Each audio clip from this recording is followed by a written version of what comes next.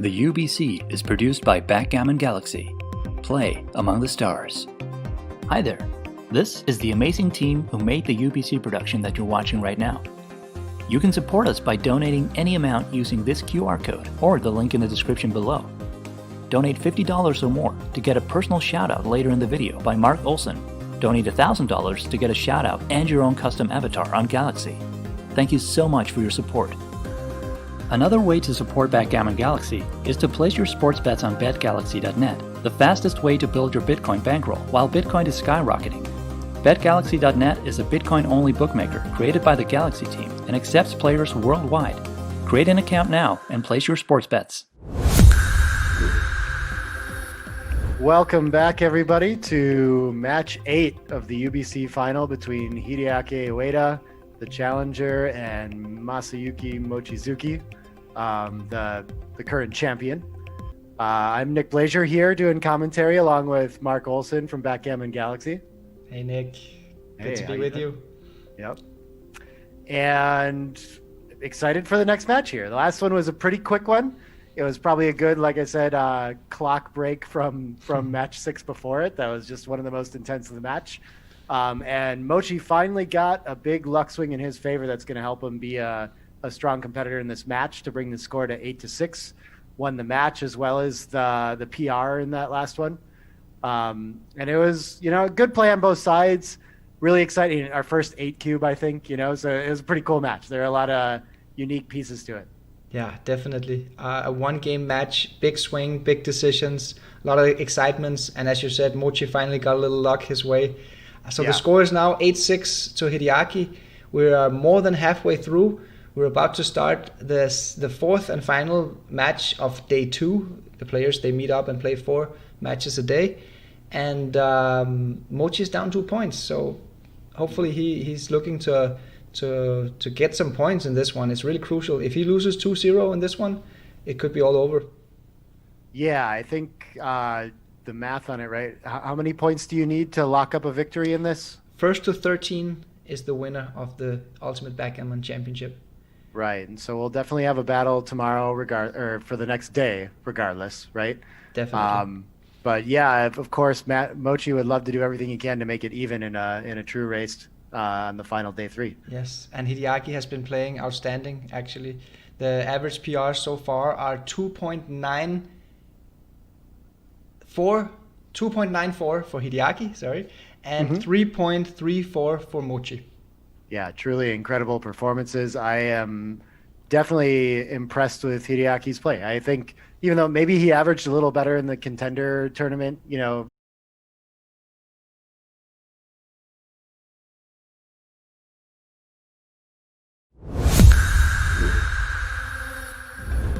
The UBC is produced by Backgammon Galaxy. Play among the stars. Hi there. This is the amazing team who made the UBC production that you're watching right now. You can support us by donating any amount using this QR code or the link in the description below. Donate $50 or more to get a personal shout-out later in the video by Marc Olsen. Donate $1,000 to get a shout-out and your own custom avatar on Galaxy. Thank you so much for your support. Another way to support Backgammon Galaxy is to place your sports bets on betgalaxy.net, the fastest way to build your Bitcoin bankroll while Bitcoin is skyrocketing. BetGalaxy.net is a Bitcoin-only bookmaker created by the Galaxy team and accepts players worldwide. Create an account now and place your sports bets. Welcome back, everybody, to match 8 of the UBC final between Hideaki Ueda, the challenger, and Masayuki Mochizuki, the current champion. I'm Nick Blasier here doing commentary along with Marc Olsen from Backgammon Galaxy. Hey Nick, good to be with you. Yep. And excited for the next match here. The last one was a pretty quick one. It was probably a good, like I said, clock break from match 6 before it. That was just one of the most intense of the match. And Mochy finally got a big luck swing in his favor that's going to help him be a strong competitor in this match to bring the score to 8-6. Won the match as well as the PR in that last one. And it was, a good play on both sides. Really exciting. Our first 8 cube, I think, so it was a pretty cool match. There are a lot of unique pieces to it. Yeah, definitely. A one-game match, big swing, big decisions, a lot of excitements, and as you said, Mochy finally got a little luck his way. So the score is now 8-6 to Hideaki. We're more than halfway through.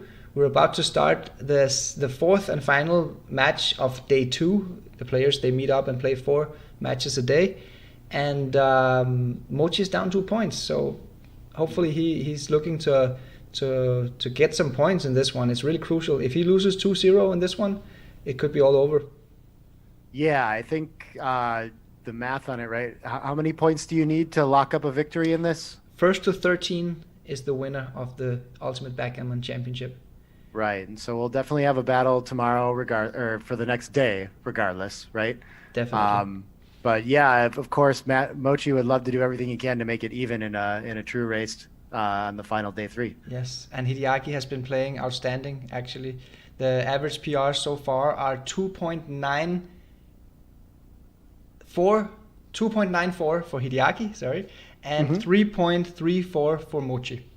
Yeah, truly incredible performances. I am definitely impressed with Hideaki's play. I think even though maybe he averaged a little better in the contender tournament, versus what he's doing now, but just watching match after match of his play, it's just, he's really sharp. He's found in great plays. And one thing I noticed, we maybe made the criticism on day 1 that he was making a lot of very tight, safe plays when maybe he should have been doing something more pure and loose.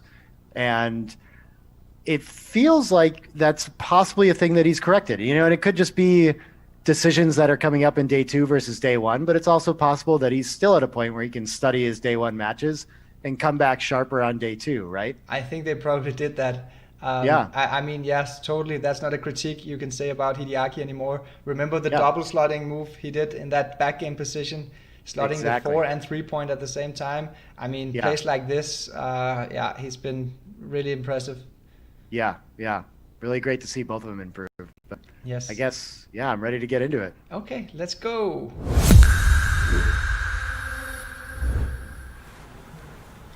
Right, and here we are back at the board. I was excited to see Mochy show some of his characteristic boldness and aggression with cube action in the last game, and just real composure under pressure too. I feel like that's something you come to expect out of him at this point, just treating that 8 cube situation like any other, and it really paid off for him. So definitely, he showed some guts. He showed that he believes in his skills, that he trusted in his analysis that the cube, that it actually was a take, and the same with the redouble. When he redoubled to 8, even though maybe that's a little bit, that was an easier position because you have some very clear reference positions, and it's in the literature. And but the first one, especially the take with the 4 cube, I thought that was very brave. And very good stuff. Hideaki had to take a pretty tough cube to get into that position to begin with too. Almost a break-even initial double, like on the take pass side. That's true. Yeah, 2 difficult cube decisions. Hideaki is looking like a true Zen warrior. He's trying to get his pulse down, relax all his facial muscles, be cold as ice. Yeah, I like that. But maybe he's not as cold on the inside. He said something about that in the interview, that his head was cold, but his heart was warm, or something like this. I didn't quite understand what he meant. I think you need to make a poster out of that and sell it or something. Yeah. Ueda quote. Okay, so we're off. Match number 8, and Mochy is trailing 2 points.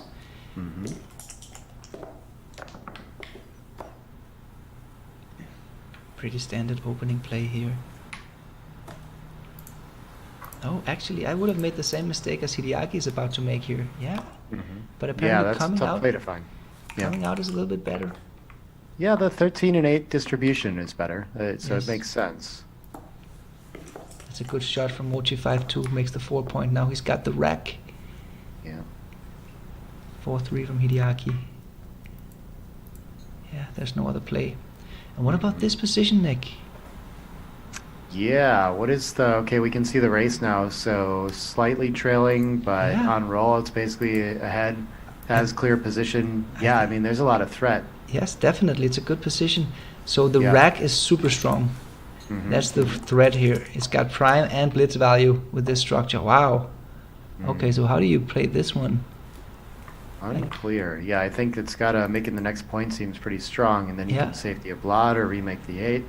It's a Both bit are valid. stiff. It's a bit stiff to make the to run all the way. There's the hitting play, but I feel like he might be missing a little bit of ammunition here.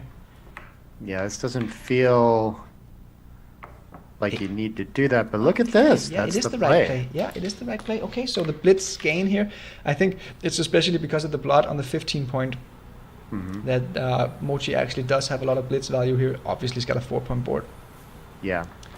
And there's I also suppose- the tempo gain of Ueda not having to use a full roll to develop his position. Yeah, he'd really like to do something to safety that blot, anything, Yeah. and this kind of slows him down. So Super beautiful play by Mochy. yeah, good Finding find. the best one. Oh, another one. Okay. This is getting more difficult. I think we just 1, want 2, checkers in the 3. action now. Yeah. Yeah. And what about the last one? Do you play to the 3-point or do you just come down to the 8-point, which is the more natural play? Yeah, just another checker in the zone seems fine. I would be inclined to bring it down. Me The too. 8-point is still a point of value, so I don't see a reason to break it instead. Yeah, exactly. But I'm surprised that the engine believes that 8 to 3, and Mochy also, he was thinking about it, so he realizes that 8 to 3 did have some merits. I think it's the temptation of the direct cover. Yeah. But, Ooh. oh. Okay, so 6 prime, or do we go for a 5-point inner board to make the blitz? In a double match point situation, you would probably go for the 6 prime, but here, I would cover. I think so too.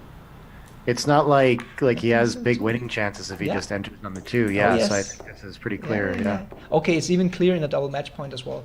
Yeah, Yeah. because you don't want to give the counter prime possibility to your opponent. Wow, Mochy's just Yeah. destroying Hideaki right now, and he's playing at an absolute 0 so far. Yeah. Pretty impressive. Many good And just decisions that- here. Just that little technicality on Hideaki's side. It's like the only error we've seen. This has been a more straightforward game. 6-5. Okay. Okay. He kind of want to use the 6 to play 13 to 7 to increase the attackers, but then you can't use it to run. So what do you do Yes. Yeah, that's exactly what I saw. I guess 8 to 3 is the play you make along with the 7, I would think. But once I see that I have to do that, I kind of like this. Just run, I guess, you know. here? Yeah, just Looks running. natural. It's fine. It's a fine play. You don't maximize attackers, but Ooh, this is not good. that's It's not still- terrible, it's not but terrible. it's nice to move 8 to 4 and make double 2s close out as well. And double 3s. Yeah, that's actually yeah. a good point. I don't He's think gonna- switching, is that the right idea, switching here? I probably wouldn't switch, but Yeah. it might be. Right, it can be, but I don't think here is one of those spots. Yeah, I think 8 to 4, as we see, bot kind of likes that too. Yeah. It just adds a lot. I don't think you gain enough bringing like attackers into the zone by switching. I think it's just as easy of a point to make the deuce as the 3. And there's also the aspect of when your opponent rolls the joker from the bar, do you prefer him to come in with an anchor on the deuce point or on the 3-point? And Yeah. it's slightly better to just let him come in on. Ooh, I don't think he remembers what starting position is. No, I don't think that's the legal move. That's the second move in the extreme gammon analysis right now. Yeah. Okay, that's fine. It's very difficult to make a bad play in this position. Yeah. But his There's- PR just went from 0 to 0.5. Yeah. Yeah. But he's gonna grind it down now with lots of easy moves. Yeah. Interesting. I would think about the 8 to 7 just again to make some doubles work, but Yeah, but it's slightly better to have a higher dice. So it's through double deuces work when Yep. you play 8 to 7, but then Oh, all hey, of a this sudden it's gets a 4 aces. rather than a 5. I like this better actually because this gains Double 5s. 1-1. Double Yeah. 1 and double 5s. Yeah. Yeah, that's why. Yeah, okay. Oh yeah. Here, double 1 and double 5s are cover numbers. Okay, 6-5. That's okay. Sure. I don't think it matters too much which one of the two variants that you choose. Yeah. This one is slightly worse. 10 milli I like points. the spare on the 5 for, follow up. Yeah, and again, why would we stack the 6 point here? Yeah, this is better, but now double sixes leave a shot. That's a fair point. It's a better distribution. We're gonna have an easier time clearing the 6 point, but double sixes leave a shot. But here double fives are quite bad. Here double fives leaves a shot. Yeah, so you can't really save it. So Yeah. this must be it. It feels like. Yes, and Mochy should be a little bit careful with his time consumption. Yeah. It's doing all right. He's doing all right. Especially if he can win a gammon here, which he probably will. It's at a 95% gammon rate right now. A little bit of awkwardness. We got a few shot levers right off the bat. Yeah, but still. Oh, okay. Here we are. Here we are. The Neptune board. Oh. Okay. Yeah. Yeah. Of course, clear from the rear. Clear from the rear. Are we going to see a 6? Nope. Hideaki doesn't have it. Oh, another one. This one might be more annoying for Mochy because now he's down to a 4-point board. Yeah. And there's the hit. And he hits. And this is very winnable. Mochy. 3-2. He's going to run as far as he can. Yeah. It feels like this would be hopeless for blue here, right? But it's just, I don't know. There's a lot of play here. Yeah, definitely. I think his winning chance is like 30% or something. I didn't see the I don't expect he can afford to hit here, can he? Is this right? Yeah, oh, yeah, wow. definitely. I mean, what else are you going to play? You're going to leave then you have to hit. You have to hit. That's fair. I guess you're losing a gammon if he just runs away anyway. Yes. So, yeah, and of he's course. crunched to a 4-point board and all that stuff. Okay, so should he play pure here or should he just make the 3-point? Purity is super important in terms of containment. Oh, yeah, that's the wrong idea. It's actually a huge mistake. Yeah, I was looking at cover the 5 for sure. Hitting doesn't do that much. And then the containment play after that is the important part. Yeah. So I didn't actually look for it. So I was just thinking 13 to 11, but 20 to 18 is very sharp. Yeah, Good like play that. from Hideaki there. Very good play. So he realizes that this is a containment game, and in containment games, purity is a super important concept because you need to contain your opponent. You need a solid prime. If you have a gapped cheese prime, then he's just going to have an easy time escaping. Look at this coin flip game we've got now too. So here you should clear the 4-point just to make sure that you don't leave shots in the future. That's a tough play to find. That's a really tough play to find. It looks as if he's looking at it. Yeah, he's looking at it. There. Yeah, it just looks like there's going to be so many bad numbers or entering numbers from the bar probably that would leave shots. So yes. If you stack up the 3-point, you're never going to leave any shots in the future, but you give up your 4-point board. Okay, he couldn't find it. I think that was a very, very difficult move to find. And again, he's going to attack here and make flexibility. Yes. It does make this attacking play easier for Hideaki when Mochy gives up one more point, for sure. Okay, that's a powerful hit from Mochy. Great shot, yep. Hideaki doesn't want to fan here. He does not want to fan. Ooh. Gives Mochy the tempo needed to escape. That's a good shot. Mochy. Hideaki really needs to enter. Probably in hit. Oh, another horrible fan from Hideaki. Now it's looking really good for Mochy. Can he pick up the second checker? Nope. Okay, Hideaki gets some fly shots here. 6-2, 6-3, 5-3, 5-1, 6-1. So 10 shots from the bar. And he fans again. Boy, that's expensive. Yeah. That's really... Oh, he gets another shot. No. Oh, no. Sorry. He can play the 4 first. Yeah. And another fan from Hideaki. Okay, so this is looking like Gammon Village. Yeah, unfortunately, he did not make much progress on saving the gammon while he was trying to win the game. No. So looks pretty certain here. I mean, he did everything right. He was attacking the single checker. He was playing pure. So he couldn't really do anything. Easy 4-point game. Yeah, and Mochy is ahead in the PR race as well. Yeah. I'm still rooting for this, the both sub-1 PR match, Yes. We're owed one. Could this be the one? I think so. 1, 2-3. Just bring him into the 6 point. That's how you save a gammon. Okay, he Well, this chooses... is more crossovers, yeah. Yeah, it's more crossovers. So it makes sense. Mm-hmm. Okay, he resigns the gammon. Hideaki, 4-0 Mochy. We proudly announce that the UBC 2021 Contender Tournament will be held at the beautiful Caleta Hotel in Gibraltar. Schedule available soon. Great start from Mochy, and he's actually a little bit ahead in the PR race as well, even though we have to remember that Mochy had more decisions in this match. So that means that if Hideaki can just play flawlessly in the upcoming game, he's probably gonna close the gap in the PR race just by having his decision counter growing. Mm-hmm.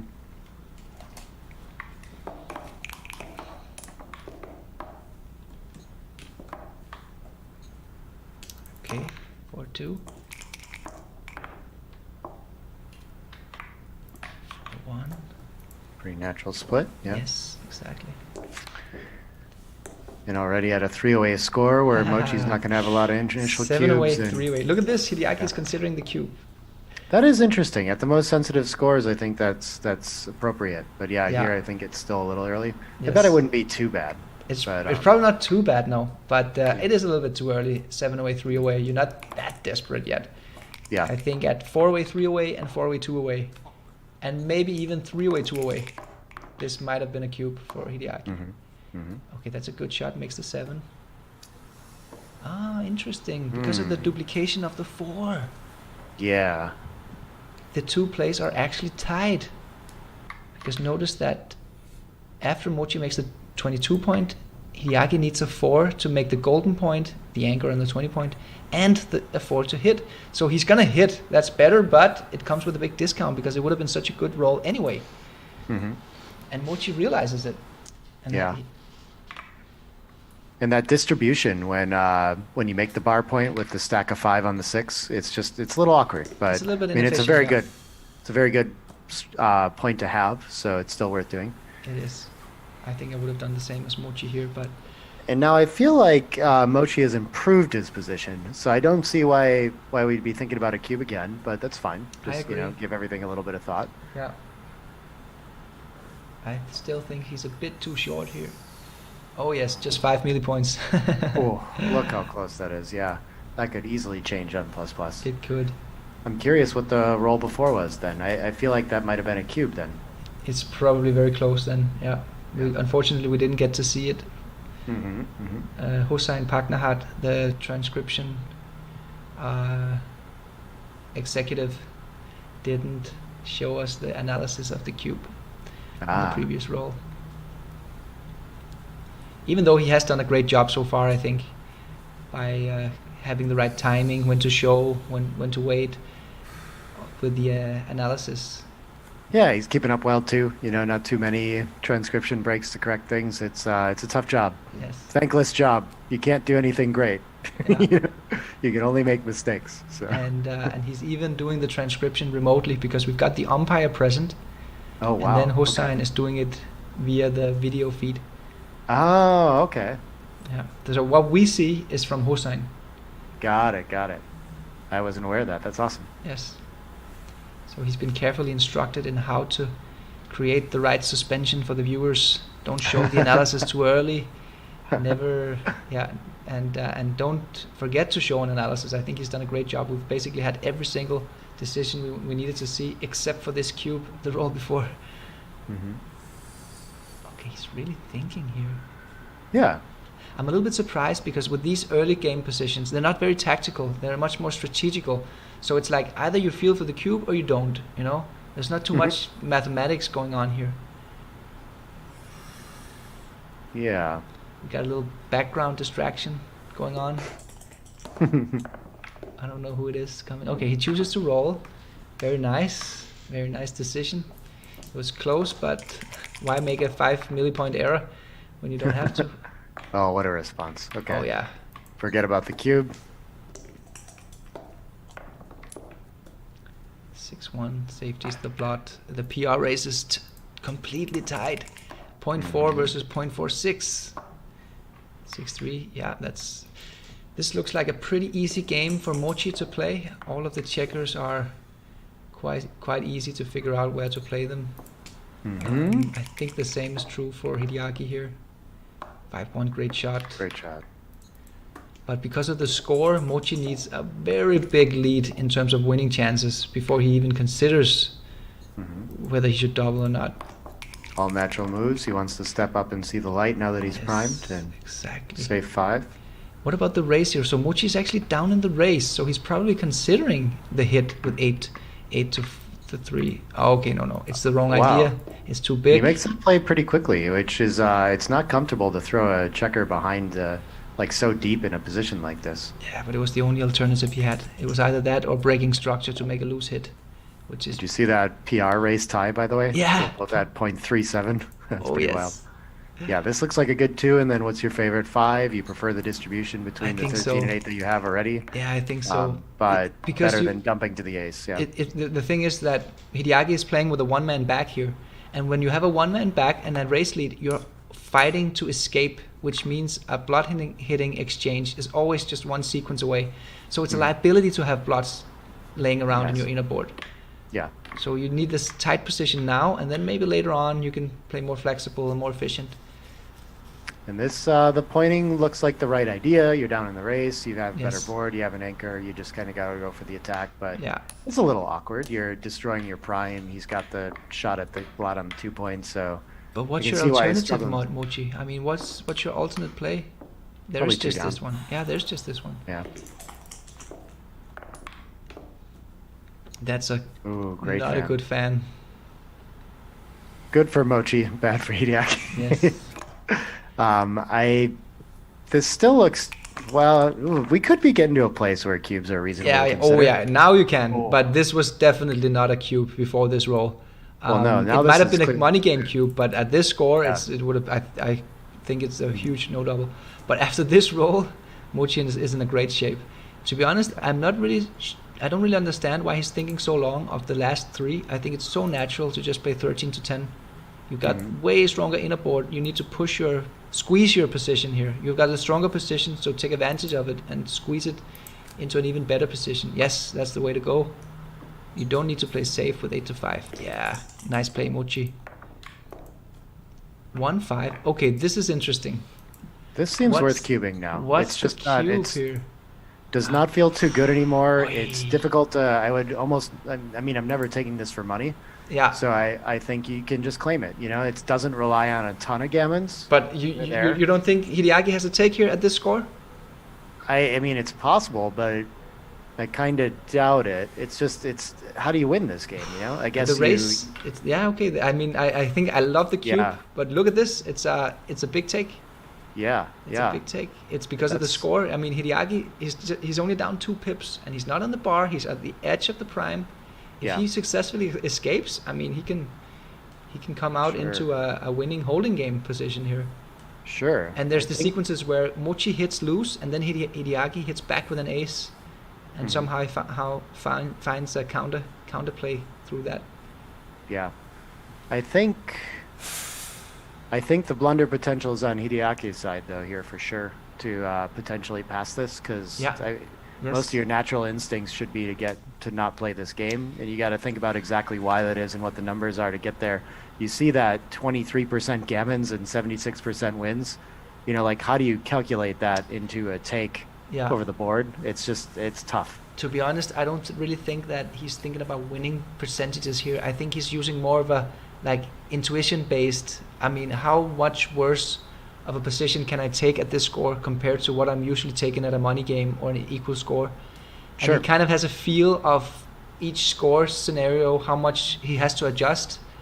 Yeah. And this is a really tough decision for Hideaki, and my instinct was to take, because I'm down 7 away, 3 away, and I feel like I could win this race. But okay, good Hideaki, very good play, because there was blunder potential for sure. And now Mochy is gonna attack. Yeah, this must be a loose hit. Definitely, and that's the blood on the 3-point. I don't know why he hasn't already played it. Well done, Mochy. 1-6. Wow. But he needs to survive this. There's a lot of shots here. Sure, there's a lot of ways this goes wrong still. But what a very short match. Big roll coming up, Mochy. Oh, a fan. Wow. And this is now we got to think recube for sure. Wow, it's a pass. It's a huge pass from Mochy at this score. So the question is it too good? But I don't think it's too good.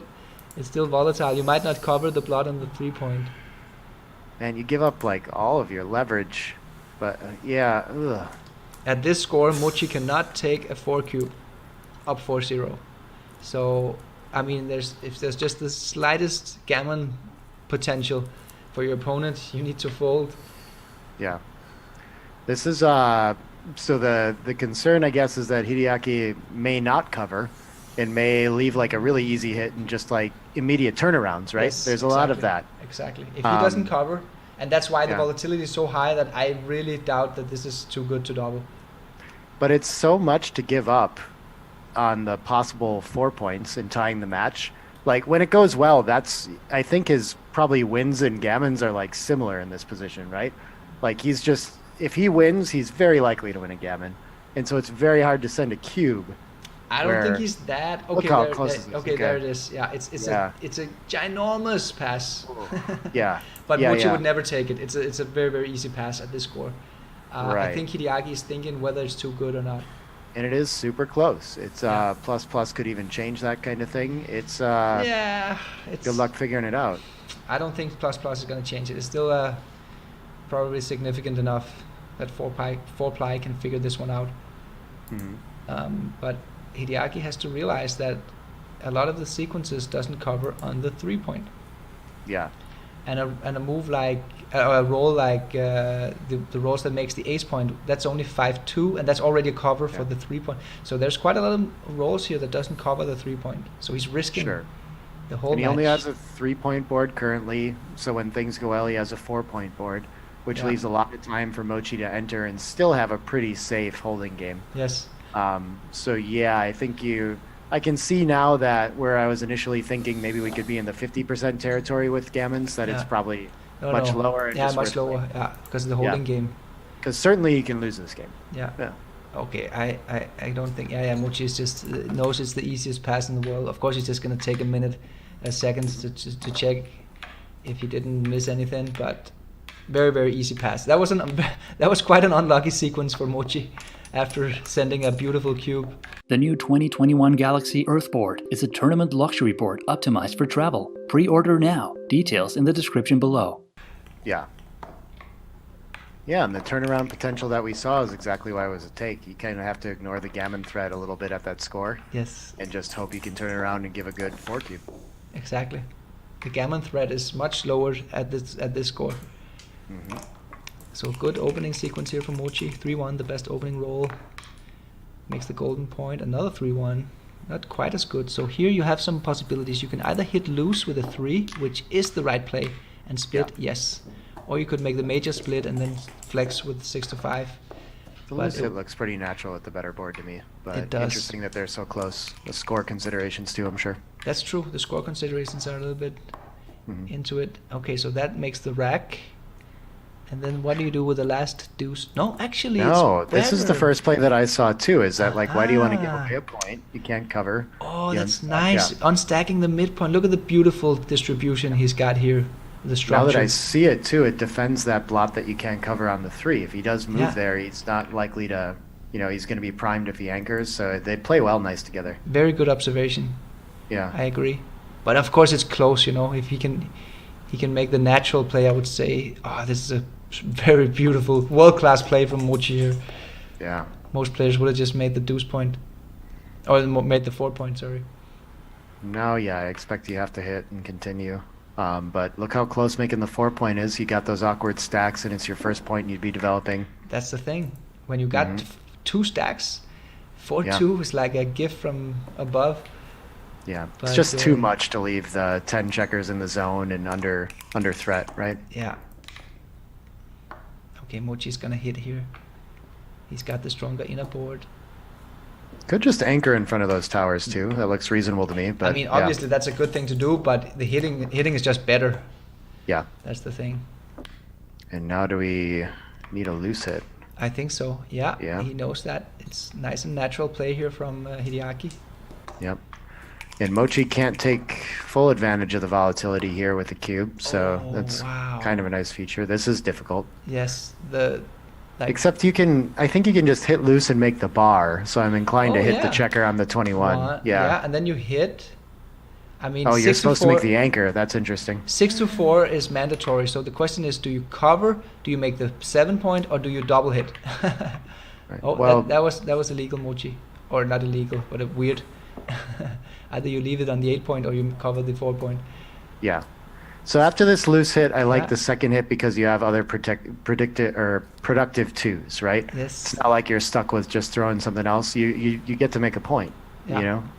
So you can either anchor up like or you can make the 7-point. Yeah. I wouldn't have looked at anchoring up though, for sure. This is a sharp play to be looking at it. Yeah. But such a good structure. That's forever. Mochy right? finds a great play here. 2 melee points according to Extreme Gammon. That's not even an error. Yeah. Okay.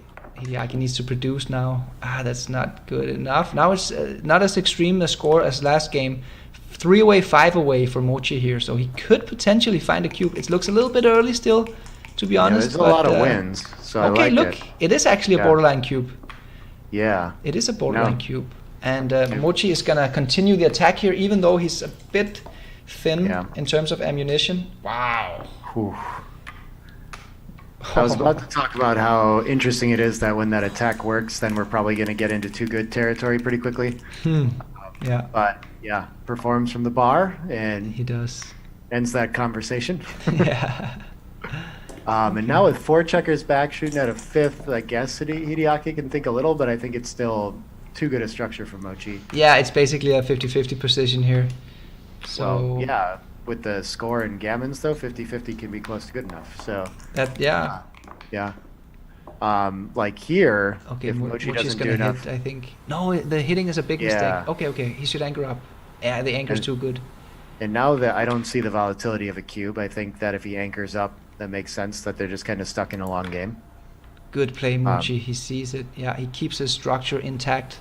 The price is just too big to play 8-7 for a hit, destroying your 4' into a. I think the difference in equity has to do with the score there too, because if you look, you win more and you gammon more when you hit, but you do lose more gammons as well, and that would maybe be closer to balancing out for money. But here it's just you get punished. You don't need a gammon as bad as the trailer. You're absolutely right. Oh no, that's the wrong idea, Mochy. But he needs to see it first, right? I imagine he's got the feel to make the anchor, but we'll see. But then again, we talked about his bold play, right? And he likes to do things like this that are more decisive. So. But he's got 5 men back. This might be a position where he should be, and especially given the score, he should be thinking more about locking up his defensive assets. Yeah, good play, Mochy. Beautiful play. Great play.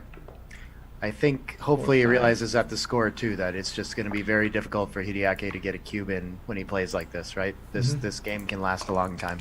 Yes. 6-3. Yeah. Keep the anchor on the 24-point. Good play, Mochy. Right now the anchor on the 21 point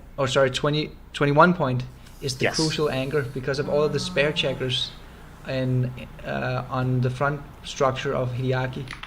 It's kind of he's thinking about back games and whether or not hitting is productive or not, but just using the spares to make a point is much stronger. It's way stronger. Yeah, make structure. You're already way ahead in the race. That's the wrong idea.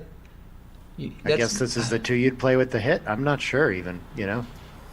I think I would prefer the hit over this play, to be honest. But I can see the evaluation. But even though it's not analyzed on the same level, so it's difficult to say. This is the right idea. Well played, Hideaki. Yeah. You're ahead in the race. You don't need to hit. You just need to maximize structure. And by making the 3-point, he's kind of trapping Mochy into a 2-4 back game, which Mochy is not going to like at all. He's going to try to get off that back game as soon as possible because he doesn't have the timing to keep the back game.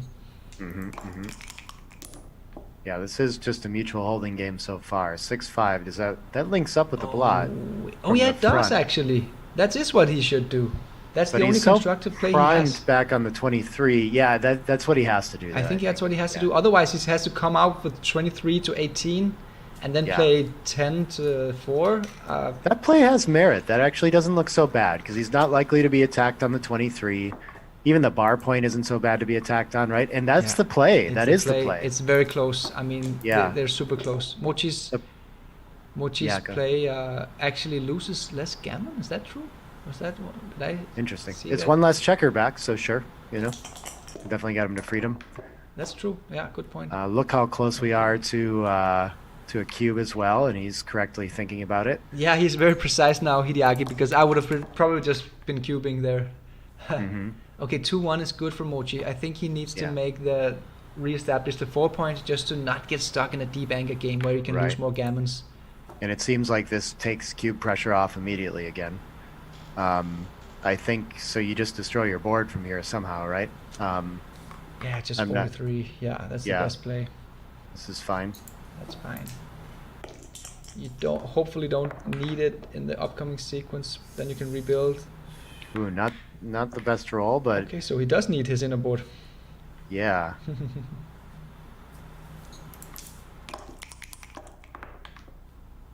5-1. That's a great shot. Oh, what a perfect shot! Yeah.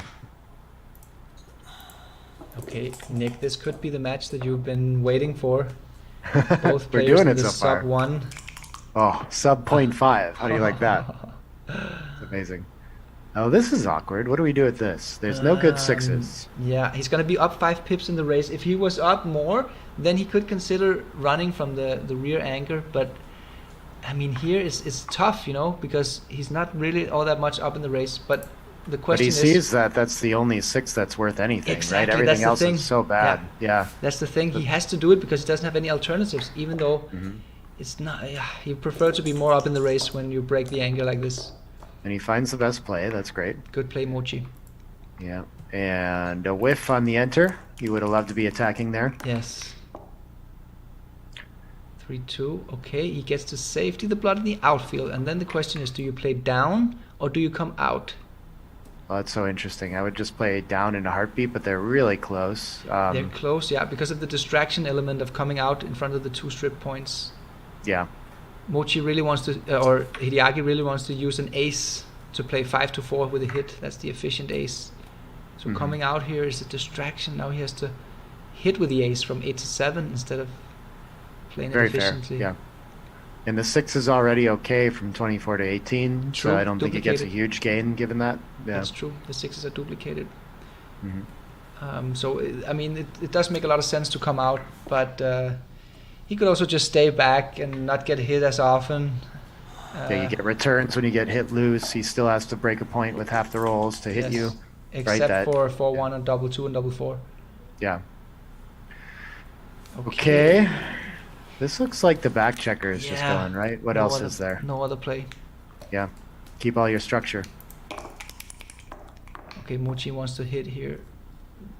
That's not very productive. Why not just run, I guess? What else are you going to do? I think running comes with too high a price, because if you get hit in the outfield now, you lose all of your race value. And the race is so close that, that's a big swing of race value if you get hit. So I think he needs to stay back. Okay, it's close. It's super close. He could come out. So I guess the gain outweighs the risk here. Well, there's less attacking numbers from here, too. I think there's less hitters. That's might be true. wrong. Actually, that's true. It's a single shot rather than a double shot. So I think it was a good play from Mochi. I think I would have stayed back there. Yeah. It's also probably simpler, right? It's resolving into a racing game, which is what you want at this score. That's true. Yeah. And this also, is awkward. There's no good last 3. But it doesn't matter too much because we're getting into a race here. So is he going to be up after this move? 5 pips? A little bit. Yeah. Yeah. Okay. But it's mostly just a racing position. So it's he has not to critical. count. And hopefully not get the count wrong again. Yeah. So 2 pips for Mochi here. That's not enough. Okay, that helps. Nice shot. That definitely helps. Yeah. And you might get that opportunity to claim at 3 away. If Hideaki rolls small here, it might be a double. And 8, I don't think, is this 10 pips? It could. I think you want to be closer to a pass here. I don't think it's quite enough. Yeah, I mean, in a gammonless position, Mochi shouldn't really adjust all that much, but he should be scared of the 4 cube. So there's a little bit of adjustment. Exactly. Yeah, you're not as excited for them to take and play it out. No. But there is a gain to win 2 points, then you get to Crawford. That is true. Yeah. And the question is, Nick, is this a double for money with 10 pips? I think so, right? Let me think about my equation. Look how close this is to, yeah. Yeah. So if it's a double for money, then it's most likely also a double at this score, even though we have to adjust a little bit. We shouldn't adjust too much, but a little bit. Yeah. And that's what we see here. This is a borderline double. Of course, it might swing on XG++. I think this is like a fairly clear double for money too, right? Aren't we like at least a pip? Yeah. It is a pretty clear double because white has essentially cleared all the bluffs. Wow, this is a cool cube from Mochy. He's spot on. He finds it. Should be an easy take for Hideaki. It should. 10 pips. It's more than enough. When are you ever giving up a holding game when you're only down 10 pips? And he does happen to have like a little bit of contact value, even though it's not very clear. But it's like add that to a pure racing take, and this should be an easy one to snap up. Yeah, if this was a pure race with 10 pips down, Hideaki would have probably 24% winning chances, and he has 25 here. So he gains a little bit from the contact, not too much, but maybe like 1 or 2 of his winning percentages comes through contact here. I mean, I would be surprised if he drops this cube. 10 pips is not a lot. It's just he one might be big being double. safe with the match equity and just making sure he knows what it is and what his take point is and acting right? Because they do change at these. And like you were talking about, that 2 points to get to Crawford is worth quite a bit and really does impact things in a pure race. So maybe he's just doing the work. It is also 4th game of the match. Maybe he's confused, a little harder on the mental energy here. Yeah, we have 4th match in the day, you mean? Yes. Yes. So he might be getting a little tired. Doesn't look it though. I think he's just making sure that he calculates right. Okay, he needs some air. Closes his eyes. Oh, there's blunder potential here. Ooh, Hideaki. You need to take this cube.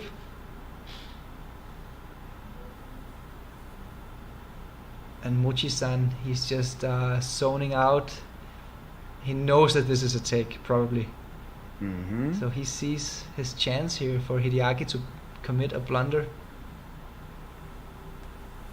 Hideaki looks stone cold with this. Come on, Hideaki, it's only 10 pips. You can take it. You have no wastage in your racing structure, in your front position. Everything is as it should be. Well, the little extra checker on the 3 is not ideal. It's not ideal, but it's not really a problem either. Nothing that we're adjusting for in a effective pip count.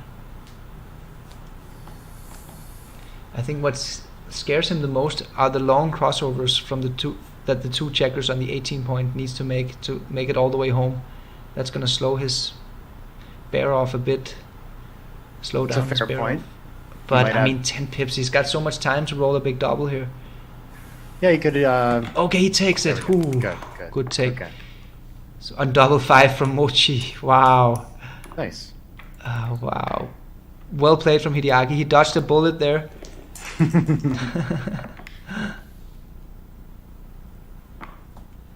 Look at the PRs, Nick. Yeah, amazing. Now, what is the recube's got to be pretty high. I don't know exactly what it is though. The recube. I mean, he doesn't need much to recube. That's for sure. Yeah, risk 25 to gain 50. It must be like 1/3 winning chances that Mochi's got to have to take. Oh, he risks 16. That's what he's got at 5 away, 1 away. That's 16% match winning chances, and he gains a whole lot. He gains 50%. Oh yeah. You're right. No, wait. A redouble doesn't win him the match. He just gets to 6-4. Yeah. So he gains Crawford. 25%. So risk over risk plus gain. Yeah. So that's 16 over 41. So that's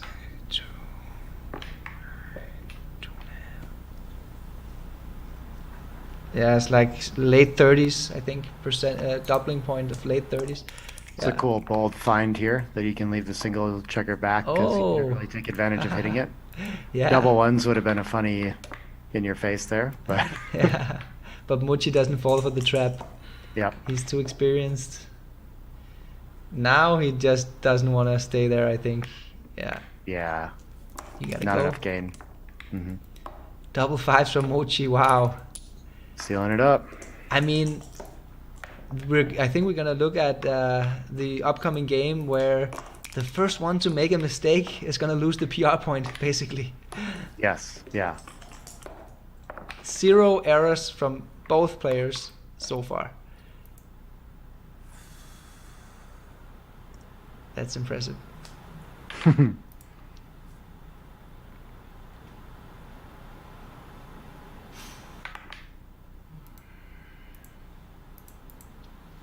Okay, so this is just a straight race. Actually, we haven't had that many straight races, I feel, in this final of the championship so far. Mochy's got 3 minutes left on the clock. I think he showed good time management in this match, Mochy. Yeah. And what playing about at a good pace? Well, he's just down to just over 3, so maybe. Yeah. No, I think he spent his time well in Yeah. some critical decisions. Hideaki did so too, I think. Mm-hmm. And Hideaki could actually just resign this position and only give away. Oh wait, we went from 100% to 99.9%. Funny when that happens. Okay, we're back to 100%. So Hideaki could just resign here, even though he does have a theoretical chance of winning double six. Nope. Yeah. All 2-1s. That's a thing that could happen. So still a chance here. Double fours. Nope, Yeah, there that'll it do is. Okay, All Mochy is right. gaining some momentum here, but look at the PRs. It's crazy. Improve your backgammon skills by reading the best books on the market, available on Amazon. Links in the description below. That's just, That is amazing. yeah. I got a root for him to hold it, and potentially just one DMP-ish game. That could happen. It could happen pretty easy,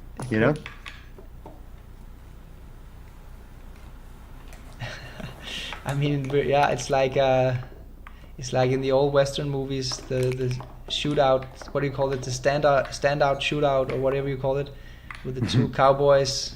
Like the first one to make a mistake, is gonna get killed. And that's the thing about this too, is like when it's 0.23 versus 0.32, I really don't put any faith in the 4-ply evaluation. It could be anyone's PR game right now. It's true. I don't see any reason to believe that one of them has the edge here right now. Yeah. Maybe there's some sense in betting on the person that 4-ply likes better, Yeah. but I'm just not sure. It's very close. It's probably not even money, but it's definitely very open and could. And look at easily that clever little better split out to the 18 and down, so little inaccuracy potentially there. Oh, from I Hideaki, like that I better. didn't even see it. He played 23-21 and Uh-huh. 13-8, which is not a good. The 5, you don't want to do that, right? Okay. You already have the distribution you like. So better is to play 23-18, 13-11. Okay, so he got a little micro inaccuracy. Yeah. Yeah. That's the 3. Very good, Mochy. He recognizes that's the 3. And even though he's outboarded here and he doesn't like to leave some fly shots, he must do it because of the super stack on the midpoint. Right. It's just so good for distribution. Let's do it. Take the chance now, Mochy. It's close, though, so I guess he's right to consider it. Definitely. But it just looks too nice to even those stacks out a little bit. I'd have a very hard time now. 2 super stacks. Yeah, I know. That's not a flexible position. That's not what we strive for. If you make this play at home, don't tell anyone. I mean, it does take a Super-Grandmaster sometimes to find such a stiff play, and it's not even an error. I agree. I think. And now the race is okay, but he's still going to play for the contact. This makes some sense. He's got the better board. Yeah, he should stay back. I think there was an argument for the deuce point there, but they're actually equally good because he's going to get a shot now because of the inflexibility of Mochy. That's why sometimes it's better when you're getting a shot now, or you're expected to get a shot now. You need a tight inner board. I guess interesting. Yeah, the 6-2 seems like a very interesting option. It reduces shots and blots and all these things, right? On stacks, both the super stacks. Mm-hmm. So, but the 3 plays were actually equally good, all 3 of them. Mm-hmm. Oof, not clear what to do with this now, but he's going to go for the 2, huh? Yeah, it's a little bit Look the how same close decision these as are. before. But the race is actually very close. Whoa, this is not the shot that Mochy was looking for. Nope. So he's going to get that 6 spare right back on the 6 point. Yes.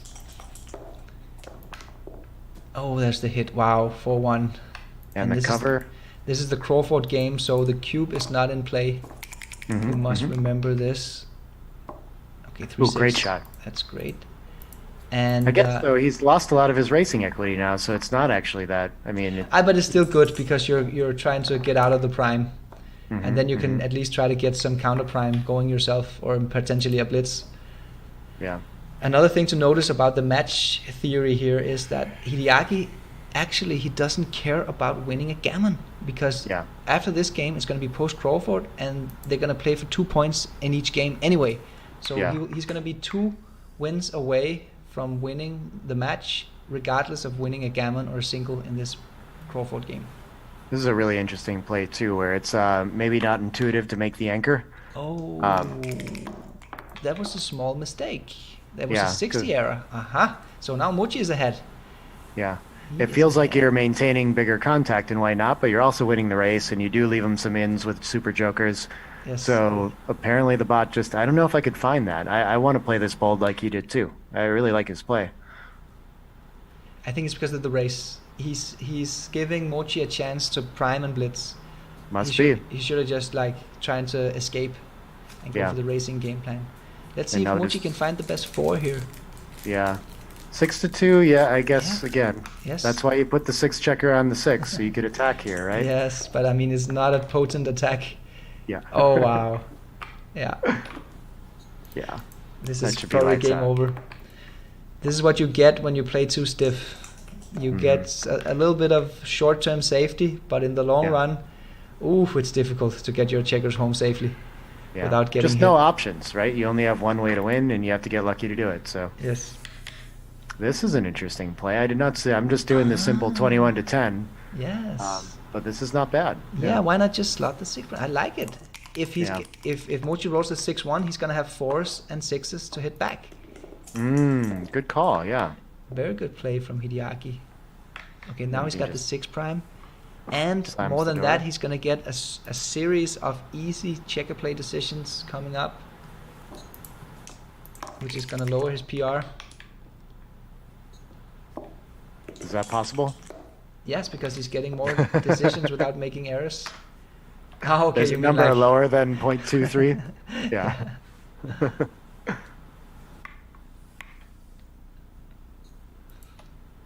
Okay, so Mochy... I wonder what he does with double aces here. If he hits, I guess he does. Again, the ace point is massive here. So Hideaki's got to be... Okay. Oh, yeah. There it is. Let's forget about that idea. Yes.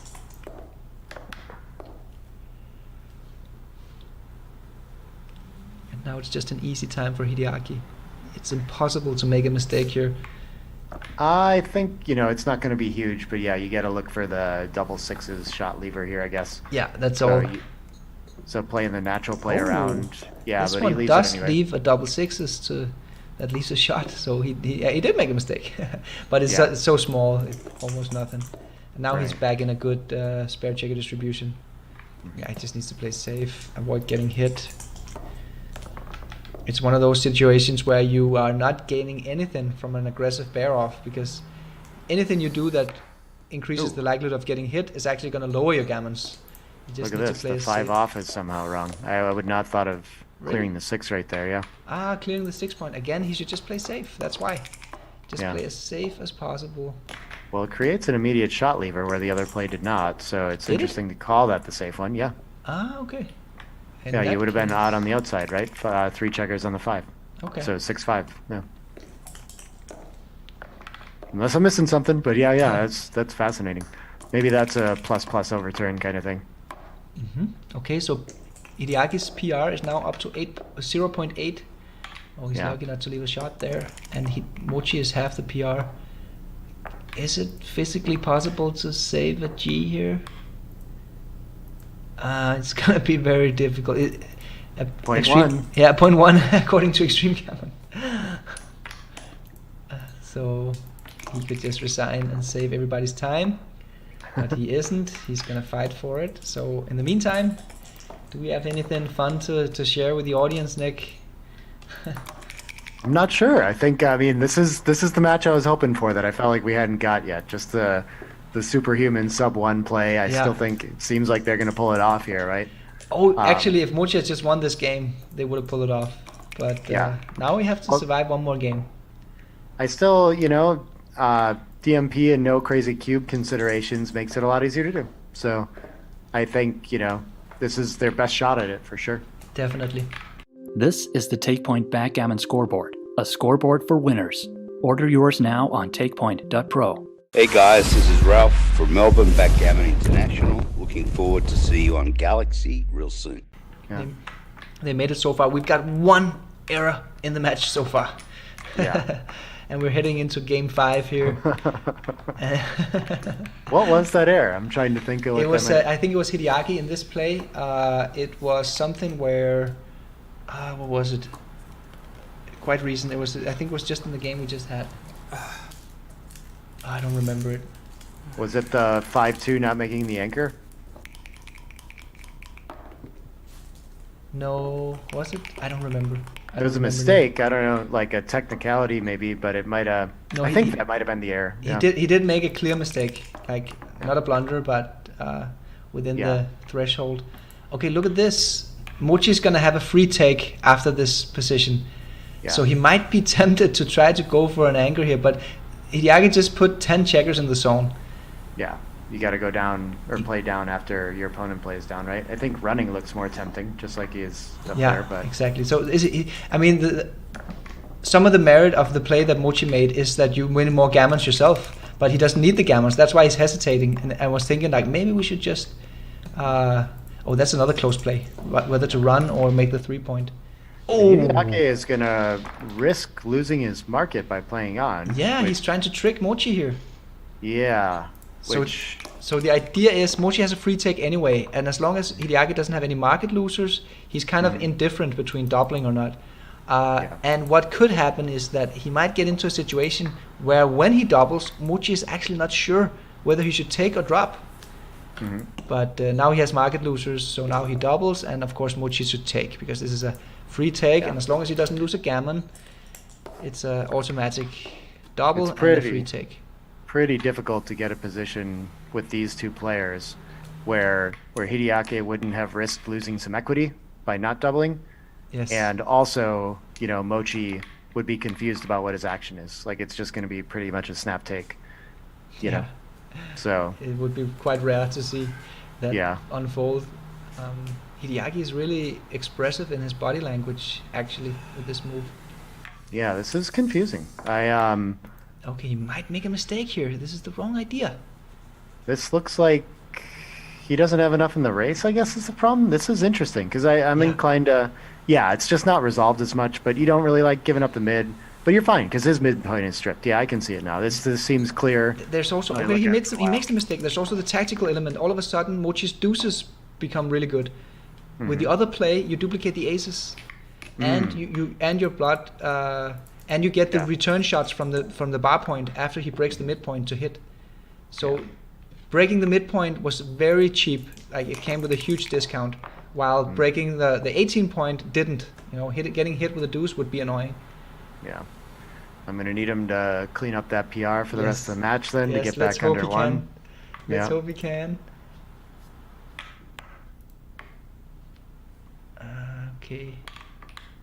Okay, yeah, it's equally good. Yep. The ace point is not as good, but at least you get to activate the Dilly Builders. Okay, this is interesting. Okay, this he doesn't have the timing for the ace. Good play, Mochy. Yeah. Good play. Yeah. He doesn't split because you don't want to open up for the blitz value of the opponent. Yeah. And it's a score where the gammon counts, of course, right? So, so if you're going to lose this, it's better to lose not a gammon.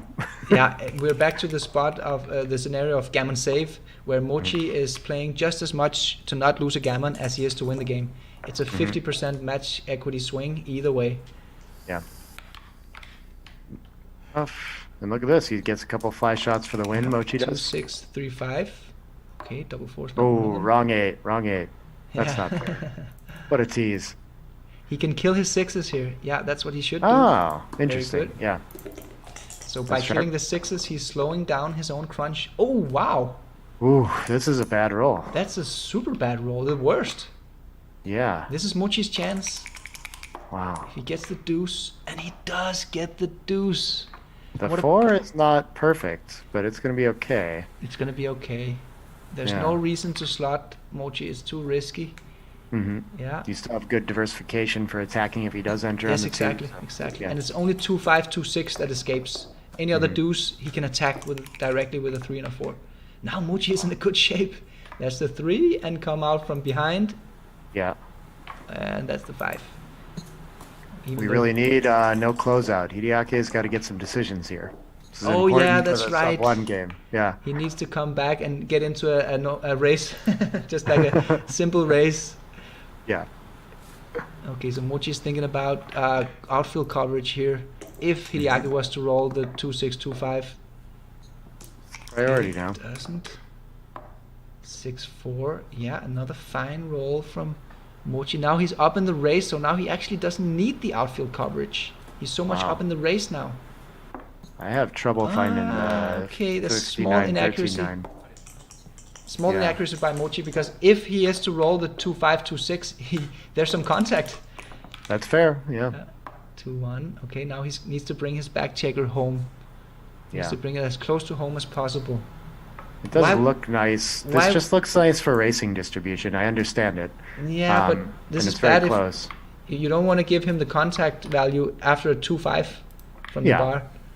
So that's why you need to at least come to the 13 point. Okay, again, a small inaccuracy, but it's nothing. Of course, it's no big deal. Yeah. Little tactical detail. We can see he's thinking about closeout and attackers and race and not Yes. thinking about containment, right? So, Yeah. oh wow, what an awkward roll he found. Yeah, you have to do the safe thing. Okay, small inaccuracy. Last time he made a small inaccuracy like this, Hideaki punished him. Okay, not you this kind of time. know that he's not going to make that play, though, right? Not this time. Oof. He's making this as awkward as possible coming home. I think Mochy might take 2 points here. Yeah. Wow. Okay, so Hideaki gets the chance to grind down the PR. Oh, a decision. Yes. 4-1. Oh, Plays more itself. decisions. Perfect. Perfect. Is he considering clearing the 5 point here? I don't think he Let's- should just take off Yeah. 2 checkers. Yeah. Yeah. Why would you create that gap? Okay, 4-3. Must stay for the contact. So it's a good news that Hideaki gets another decision here. Yeah, this is kind of interesting. I guess the decision is whether you want to save a 6 or not, right? If you stay outside, you get one more chance to stay, possibly. That's true. Yeah, and you get a little bit more flexibility. Mm-hmm. Mm-hmm. Good decision. Yeah, Good it's find. a pretty good decision, but of course it's no big deal. Yeah. Okay, so do we clear the 5 or the 4? That's the question. Look at the yeah. PRs. Ooh, we need Must be. I feel like it's the 5, but wow, it is the 4. It is the Oof. 4, yeah. If the 4 gets to bear off a checker, Yeah. and this It one just leaves... looks like how are you going to follow up? And but- here we have more. I think we have more shot leaving numbers here, to be honest, because of the awkwardness. When you clear the 4 point, at least you got 2 and 2 on the rearmost points. This could be awkward. Okay, not yet. This is not Okay, good more for Hideaki. decisions. More decisions. Yes. Hideaki needs decisions. Okay, he needs to say, of course. Okay, Right. this is his last chance. Now Mochy needs to give him something. He doesn't, and Hideaki is probably gonna be forced to run here. With the 6. Yeah, what do you... I guess you break your board more if you get the chance. Yeah, he has to break the board. There's no other choice, of course. It's the only way. Yeah. But it's hopeless. His winning Yeah. chances are down to 4.9%. That's a, Oh. Is that a hit? I guess it is, right? It's a hit. Yeah. Or well, no. interesting that it doesn't like to hit, but I would thought you would do that so that... You don't hit. It's a good play. higher, but he might have to leave. Yeah, Yeah, 6s yeah. and 5s, just get rid of him. Yes, exactly. Good play from double Mochy, fours. huh? Yeah, great Point- find. That's funny. Okay, there's the Um, shot. Okay, a little bit of a chance. We need him to hit in order to grind the PR down below a 1. Does a hit give him decisions, though? It's not Yes, clear. it As long does. as it has a 1 with it or Oh, something. the deuce is not Oh. valid. Yeah, you don't want that one. Throw it back. Oh, there it is. Much better. There you go. That's There the we better go. two. Okay, 6-3. So now he needs to roll in 1 or deuce to get a decision. Double 5 is not good enough. It's gonna lose Takes in the the checker match off. probably. Yeah, it's not good for Hideaki. This is gonna be very, very difficult to win this game. No, Look actually, how close he is on 4-ply though, 1.09. oh wow, no, I'm off Decision? here. I'm off. He does have a chance here. He just needs a double. Oh, is that it? It's Yeah. that close? He needs 1 double. Yes, exactly. He can keep up if he gets 1 double. Are you sure you're reading the checkers on the ace right? There's a lot Hideaki, he does it to us again. Damn. Hideaki, for Christ's sake. He's 7%, I think it said he was. So Yeah, I he's- thought it was. But that means he gets decisions with a lot of these. So, well, not a lot of them. You got at least No. one there. I So think Mochi- 1.07 on 4-ply. I think Mochi is gonna take 2 points here, Nick. Yeah. Wow. Man, we really need to see the plus to know though. This is Wow, and Mochi- this is what a Mochi- clean match. What a Mochi clean just match. played a perfect match. 0 errors in 5 Wow. games. Oh.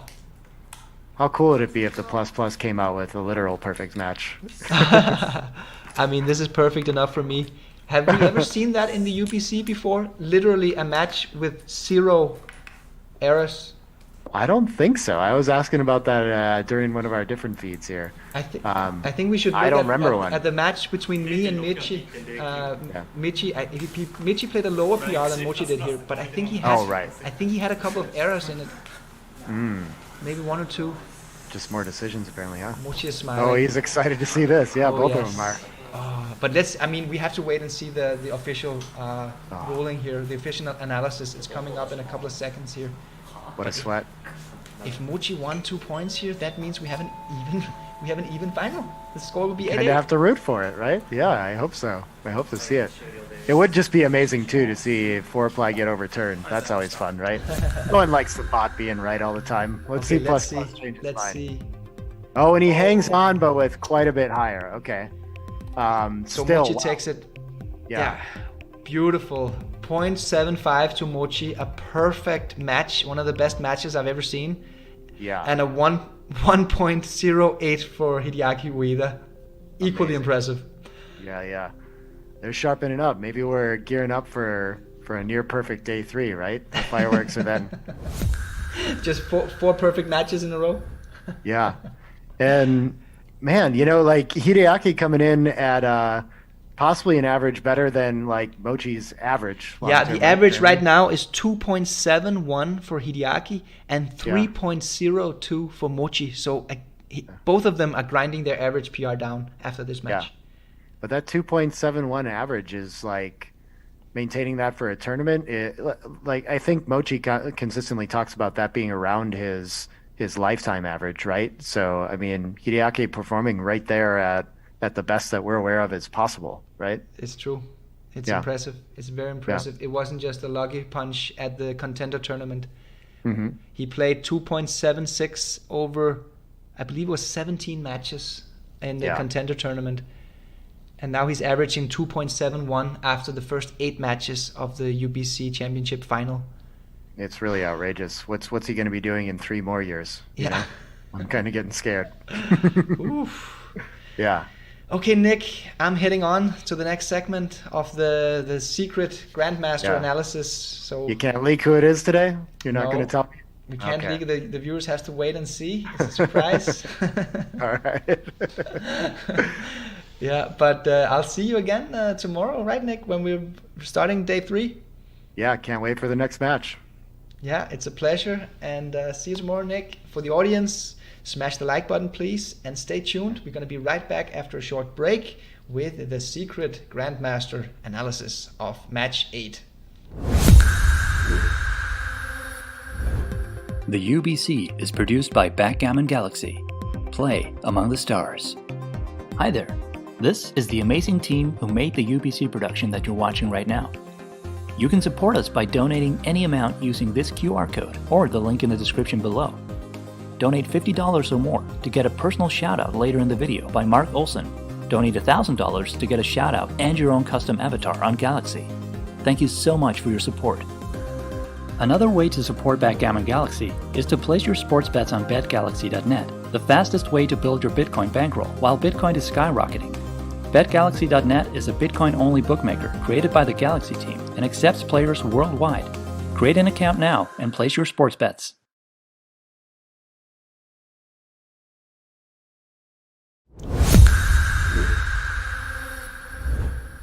What a match. What a match. That's crazy. That's insane. Mochy 0 blunders. Or 0 errors, sorry. And Hideaki, I mean, what did he make? 1 or 2 errors? Unfortunately Nick Blasier didn't get his double sub 1 PR match. So close. The official score was 0.75 for Mochy and 1.08 for Hideaki Ueda. What a performance. So we're here with a very special guest tonight, a Grandmaster. But before I reveal who it is, I got a couple of shout outs to make. So yesterday we couldn't see the actual persons who made the donations, so we've got a little bit more today, more work to do, but that's okay. So we've got Reese Mack and the Dallas Backgammon League donating $50. Thank you guys, it helps a lot. We've got Wolfgang Wühl, I think it's pronounced, $50 as well. We've got April and Michael Message. We've got Simon Sharma, one of the meme kings from the Backgammon meme group. And then we got Giancarlo Rato from Peru. $50 from all these guys. Thank you so much. And then we got another special donation from Saba Beshanishvili, I believe.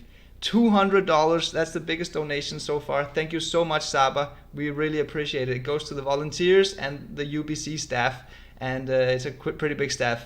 Then we got a shout out for Ralph Bird and the Melbourne Invitational, which this year is going to be an online event played on Backgammon Galaxy. It starts right after the UBC finals ends. It has satellite tournaments, a couple of big events, and the main event is a €500 buy-in tournament. So that's a pretty big event. Try to play the satellites if you're not into the high stakes. See if you can qualify for 5, 10, 12, 15 euro.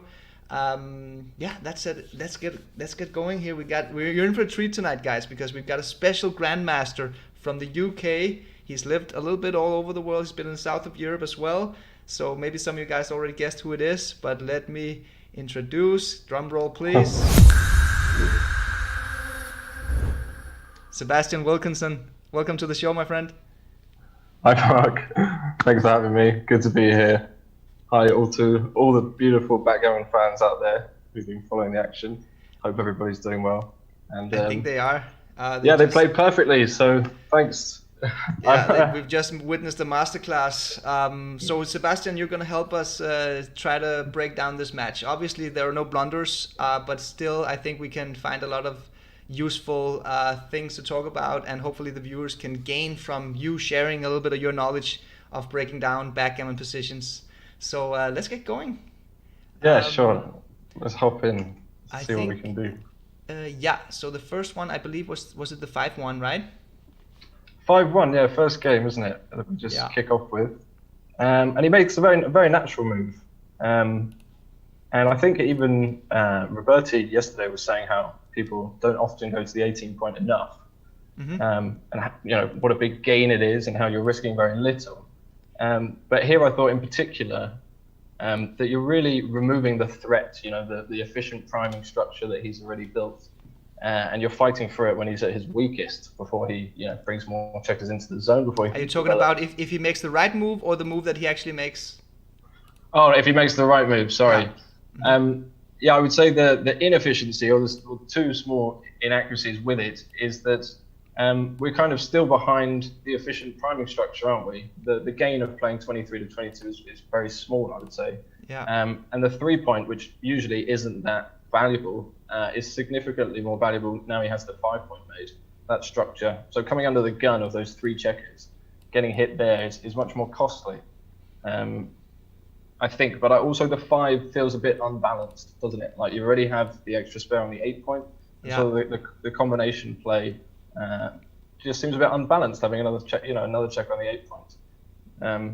It's difficult to explain. I like the word you use, balance, here, because it does seem a little bit unbalanced that you got 2 stacks on the 6 and 8. I think for most people, they're not used to having the blot formation with a blot on the 23 point and a blot on the 18 point. That's a little bit unorthodox, isn't it? Maybe, but I would say it's quite common because you are duping sixes that he's going to hit 13 to 7 and 8 to 2. But you also lock the contact on the 8 point, which is stripped. So he's not happy to hit with ones, for example. You can have plenty of return shots from the bar, right? Set yourself up with good 5s and 6s, which are blocked from the bar. So diversifying your good numbers.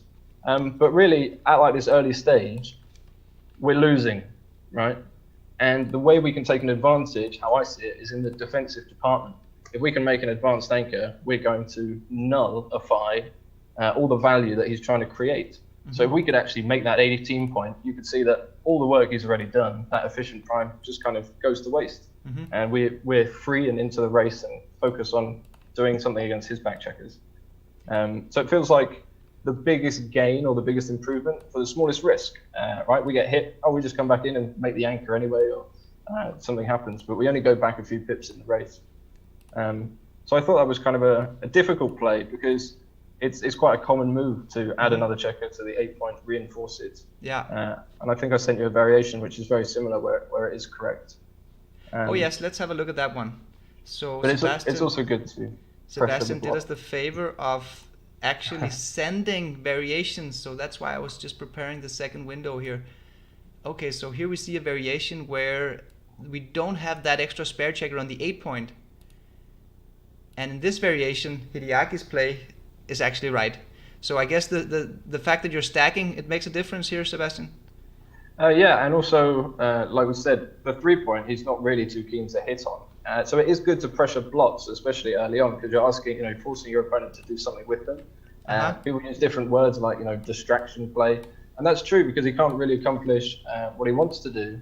And if he does, complete his objective, like with the 5-2, he made the 4 point, then in exchange, as a trade-off, you're going to get the best possible response and make the biggest improvement to your position. Yeah.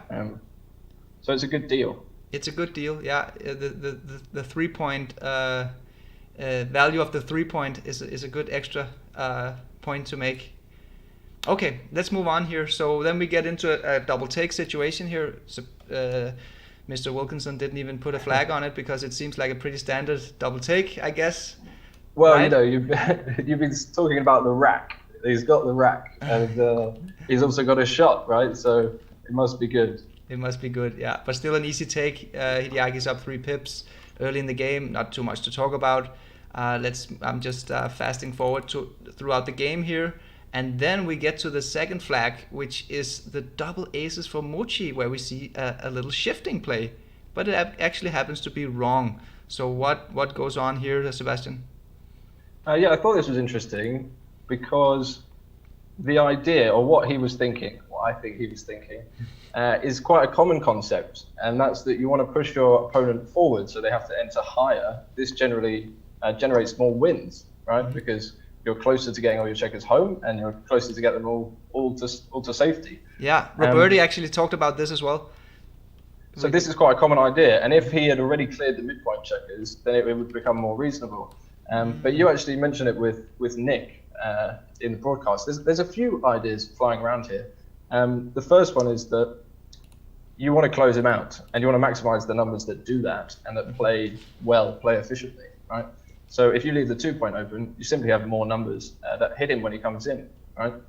You don't have a bad double 4, you don't have a bad double 6, and like you mentioned, double 2, double 3, all the numbers play slightly better. And the other way with the 3 point, you have like a bad double 4, bad double 6, he could make this anchor.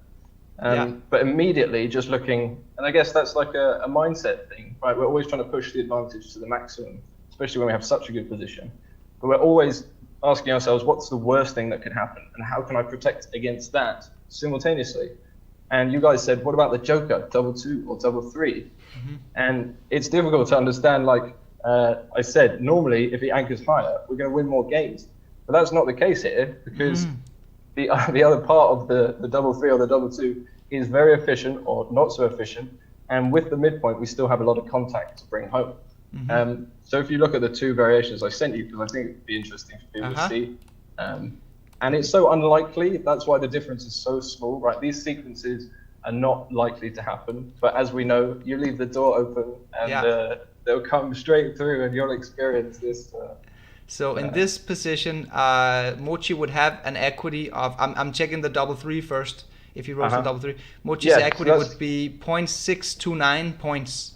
And with the other play, if we leave the deuce point open and he rolls the double two, Mochy would have 0.813 in equity. So it's a way stronger position, this position, because you still have this nice 4' structure and 5-point board ahead in front of the anchor versus the other one where, there's just more contact value essentially after that joker.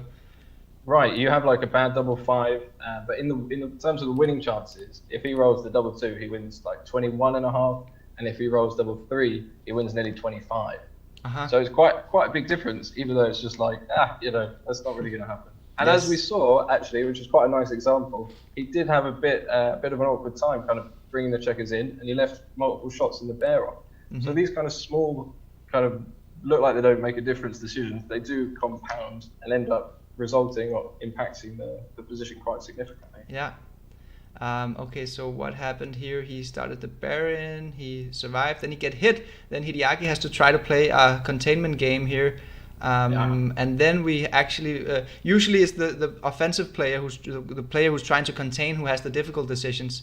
But here Mochy actually has a little decision here with the double aces, because now he can choose, do we step up or do we stay back, or what, and which variations, multiple variations in each play. So what do you think about this position, Sebastian? Yeah, I thought it was really interesting because it's about, well, again, an example of what kind of questions are we asking ourselves in the position. And one of them I like is, what type of value am I creating? And when we're studying, we're trying to look at which move provides more wins, which move provides more gammons, and, depending on the score and the position in the match, we're trying to move towards those values. And one of the common ones, like you said, in this kind of containment game is, what's the worst thing that could happen? And the worst thing would be getting another checker sent back or another checker hit, right? Because that's how you could really lose immediately. But at the same time, he recognizes that keeping the 4-point board is going to win some more gammons, and he's not being contained so efficiently yet.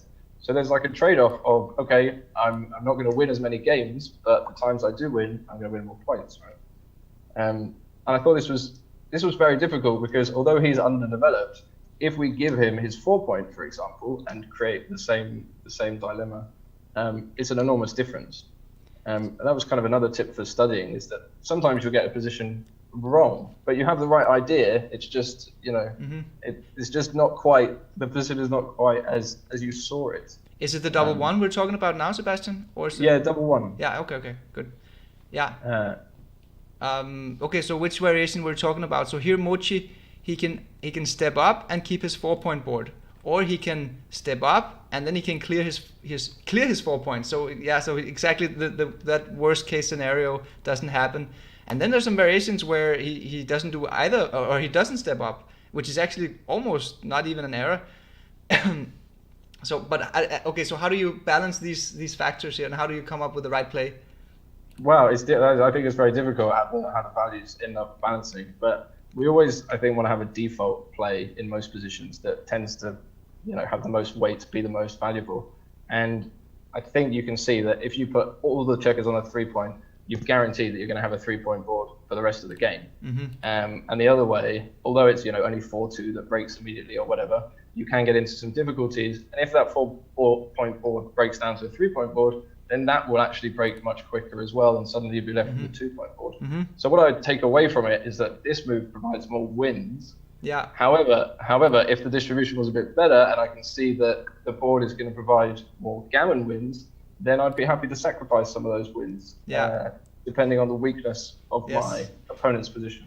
And actually, we see here it's completely borderline. If I would say what would be the default play, I would probably say that the default play is to keep the strongest possible inner board, because it is very useful most of the time. But there is this idea about avoiding the getting more checkers stuck. So that's also a valid idea. And here it's just borderline. So two cool concepts here from the defensive player in a containment game.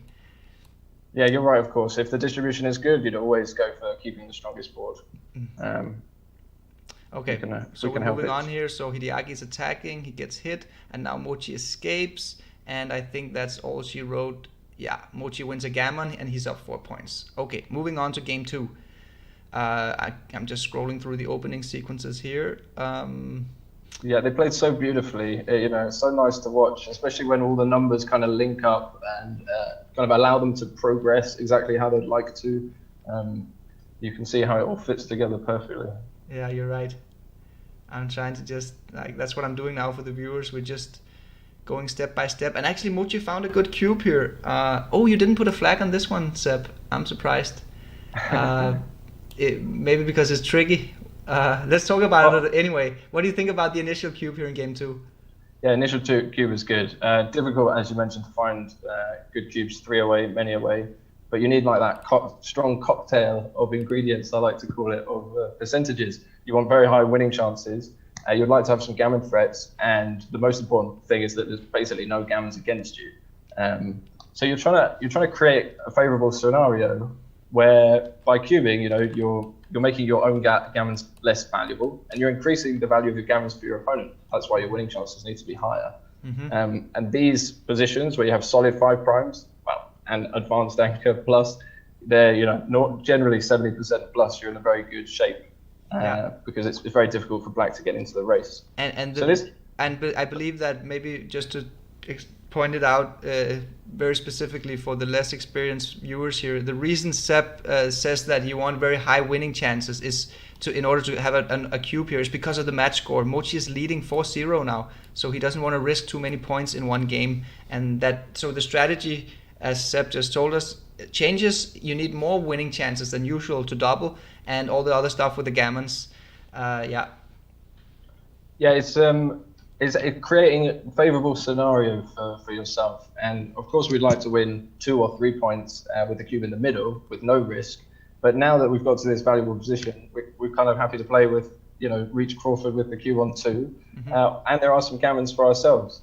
So if you look at it like as a match equity kind of deal, I think you gain 14% on the 2 points you win, and you lose only 11 on the 2 points that you lose, but you get the extra gammon wins to win the match yourself as well. Mm-hmm. And the understanding is, okay, my recube take point is crazy high, as we'll see. It's like 50% when he has some gammons. Yes. So you just kind of accept that, like, okay, when it doesn't work out, I'll lose 2 points. And, and it also, it adds to the difficulty of finding an initial cube, because you know that your opponent has so much recube power. So you got to be so careful doubling the initial cube. What did you call it initially? The perfect mix of high winning chances. And the cocktail. The cocktail. This is what makes me feel confident about cubing with a big lead. If these 3 percentages apply to a position, you can feel good about it. Like it has a lot of value. Yes. Okay, so Mochy, he doubles. Ueda finds a beautiful take here. It's a very close decision. It's tricky. We talked a lot about it, Nick, Blasier and I, over the board during the commentary. Tough decision here. Luckily, it was quite close, so there's not too much blunder potential for Hideaki. But over the board, really, really difficult decision. He ends up finding the take, and Mochy blitzes on the ace. He gets hit with 1-6 from the bar. Super joker.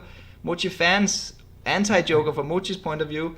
We're seeing I'm showing the extreme gammon here for the viewers, and the smileys and sad faces are in Mochy's favor because he's the bottom player. So we see 2 red angry faces.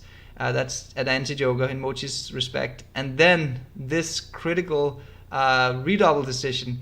Obviously, maybe you just go ahead, Seb. Tell us about this. Wow, what a crazy sequence. This is like not what it was expected at all. And suddenly he's faced with this. So it starts from Ueda's side. You suddenly reach this position which has a ton of value, but it also contains a lot of risk, right?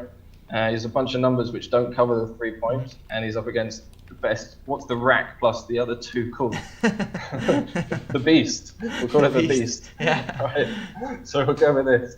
He's up against the Beast. So any risk, and the game completely swings the other way. So kind of as Nick alluded to, we'd like to try and get back into the match and win 4 points, but there's just simply too much risk. So he kind of, what I like to call, denies Mochy's equity in the position and uses the value to cash those 2 points now without paying any further risk. And, I think it's a great cube, and of course Mochy's just happy to get out of this game and move on to the next one, still Yeah. leading in the match by 2 points. And it's actually not on plus or plus plus. It's like I think they say it's a small take, but on the rollout, it's a pretty big pass for money. Okay, but even for money, it's a pass. Yeah, Okay. it finds lots of gammons here, and Okay. Yeah. I put in just a variation for people. Again, if you're having fun studying, you're looking at positions and you're trying to get as much value from looking at one position as possible, you might want to ask yourself, okay, this is the correct cube action at this score, but what would I have done, or what would I do if the score was this? And if the score was something fruity and interesting, like you were 4 points away from winning and you own the cube, then we would understand that the gammons, the value is much higher, perfect gammon value, and we would be able to play on too good and actually pay that risk, happily pay that risk, because we're going to be winning the match the times that we win. Yes. Yeah, that's a great variation, Seb. A really nice concept to show for the viewers. So think about, the lesson is you need to think about what is the match score and what will I gain from winning a gammon versus if I recube, what will happen to my gammons. And in this specific score, 4 away, 3 away, you're actually eliminating your own gammons. It takes away equity from your equity equation because your gammon rate doesn't matter anymore. Now you just need to win the game. So here it's better to play on too good and try to gamble, as Seb said, playing on too good.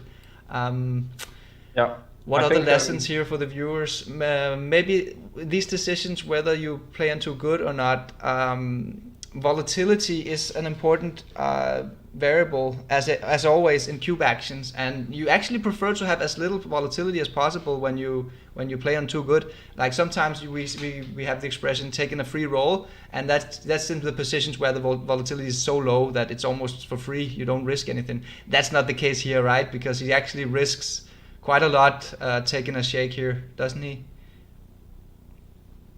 What do you think, Seb? Yeah, no, exactly. What I like to think about is that for money, all the relative values are constant, whereas the intricate beauty of match play is that these values are constantly changing, and you have to keep an eye on, like, is my gammon good with the cube on 1 or on 2? Is it good for my opponent? Is the score working with efficiently how I'm supposed to get there? And you've got to keep an eye on all of these values, and they're going to impact your checker plays as well, right? Yeah, it's true. So that's So most likely match play is more complicated than money play. Even though sometimes it's you kind of get your strategy handed to you by the match score. Like if you're 4 away, 2 away, you just know you have to cube. You're never gonna make a cube error.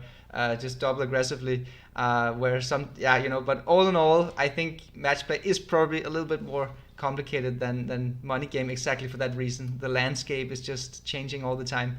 Every little point matters, and the gammon rates and gammon values changes. So yeah, that's cool stuff. I only mention that because it will probably show in some of the later positions. Hopefully there'll be a good example of like, we can look at that. Cool, good stuff. Okay, moving on to game 3. So the opening sequence here showing the opening, and then we get into the middle game, and Mochy has a very interesting double 2 where he does find the right play. Obviously he played flawless basically in this match. But what do you think about this position, Seb? Yeah, lovely play, really nice. Again, you guys covered it brilliantly during the match. Just bringing checkers into the zone, ammunition, wood, whatever you want to call it, is valuable. But creating solid structure, this is also, seriously valuable for containing your opponent. Mm-hmm. Here we have that weakness on the 3 points, but we cover it so perfectly because if he hits our block, we've already got the structure in place and completely kind of nullified the split. And if he doesn't hit, we cover it. We maximize not only the builders to cover, but the numbers to cover. Mm-hmm. And we do this kind of lovely exchange of structure where we go from having the 9 to going to having the 3, not making the points 6 apart, and kind of transitioning to the inner board and a very strong position. But this is, again, like not what I think is the natural play. I think the natural play is to make the 4 points and come down. And I'm sure he would do that for money, and I'm sure he would do that if the score was reversed. But because he's 3 away, part of him is like, right, I kind of want to play gammon safe. This is my opening, right? don't want to get into positions where Ueda is able to deny my equity because my take point's too high and I can't take because there's too many gammons. No, I want to get into races where I can play on 2 points and minimum risk, right? So this play turns out to be best at the score. And I think he had that in mind. But if we look at the examples, it's going to be, it completely flips if the score is reversed. And okay, again, so I think I'm showing the viewers example. now we're at a reverse score, 5 away, 3 away. And as Seb says, now it's actually significantly better to make the 4-point play because of the gammons and it's a more aggressive and more volatile position, more blitzy. You make the rack, it's good for the gammon. Okay, Seb, you know what? I love the way you explained that position. That was really cool stuff. I think the viewers deserves to send you, or you deserve to get a like from all the viewers now. We're just kind. 28 likes short of 300 likes. So that's I think they have an incentive now with this kind of analysis coming. Okay, let's move on here. What happens? Yeah, the battle continues. Mochy's moving his prime in, and then Hideaki rolls a Joker double 3 from the bar. Beautiful roll. And now we've got a priming battle, more or less. Mochy's got 5 checkers back. He's fighting for the outfield. He's playing so accurately. And then we got this flag, 6-5 for Mochy. And it's actually an error according to XG++. This is a error with 1 millipoint. It's a 21 millipoint error, so he does have an error. Unfortunately, so close. But what do you think about this position, Seb? I think it's difficult. But again, I think in general, when we have 2 checkers stuck on the 23 point, we're not happy about it. And here, I think you mentioned like the value as I see it of the contact is on the 21 point. And if we can get those checkers moving and into action, that's kind of where all the value is, that outfield control, that outfield contact. I felt like if you make the 10 point, you've got too many points. So you just have to break something valuable next roll. It just felt like the 10 wasn't really adding enough when we have to give up the guy on the 21. And which we saw in the next roll, we had to break the board just to progress. So it was a good example. And what about the best play? Another idea of playing 18 would be to attack the strip midpoint.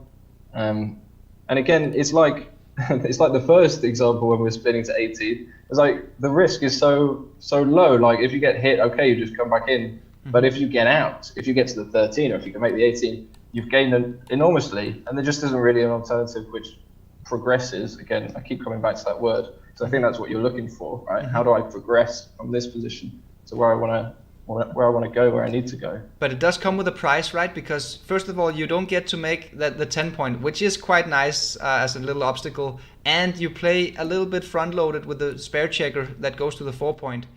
So it does come with a price, right? That is true. Yeah, I can see that. But I like getting the spare on the 4 point.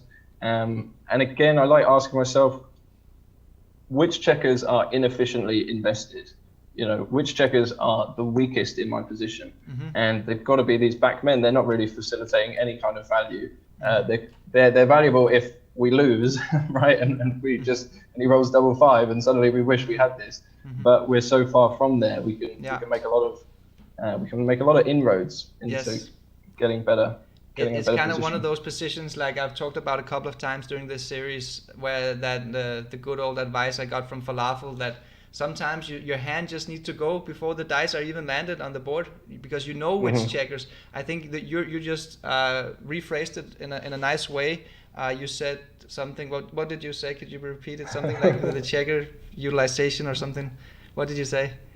Oh, I thought that they're just the most poorly invested checkers we have on the board. Yeah. They're the weakest. If we looked at all the position of all our checkers, they're the weakest. And like you said, my hand would be there, and I'd probably be hoping for like a 2, even just to be like, right, a bit more flexible. Can we get them moving? Can we get them linked up?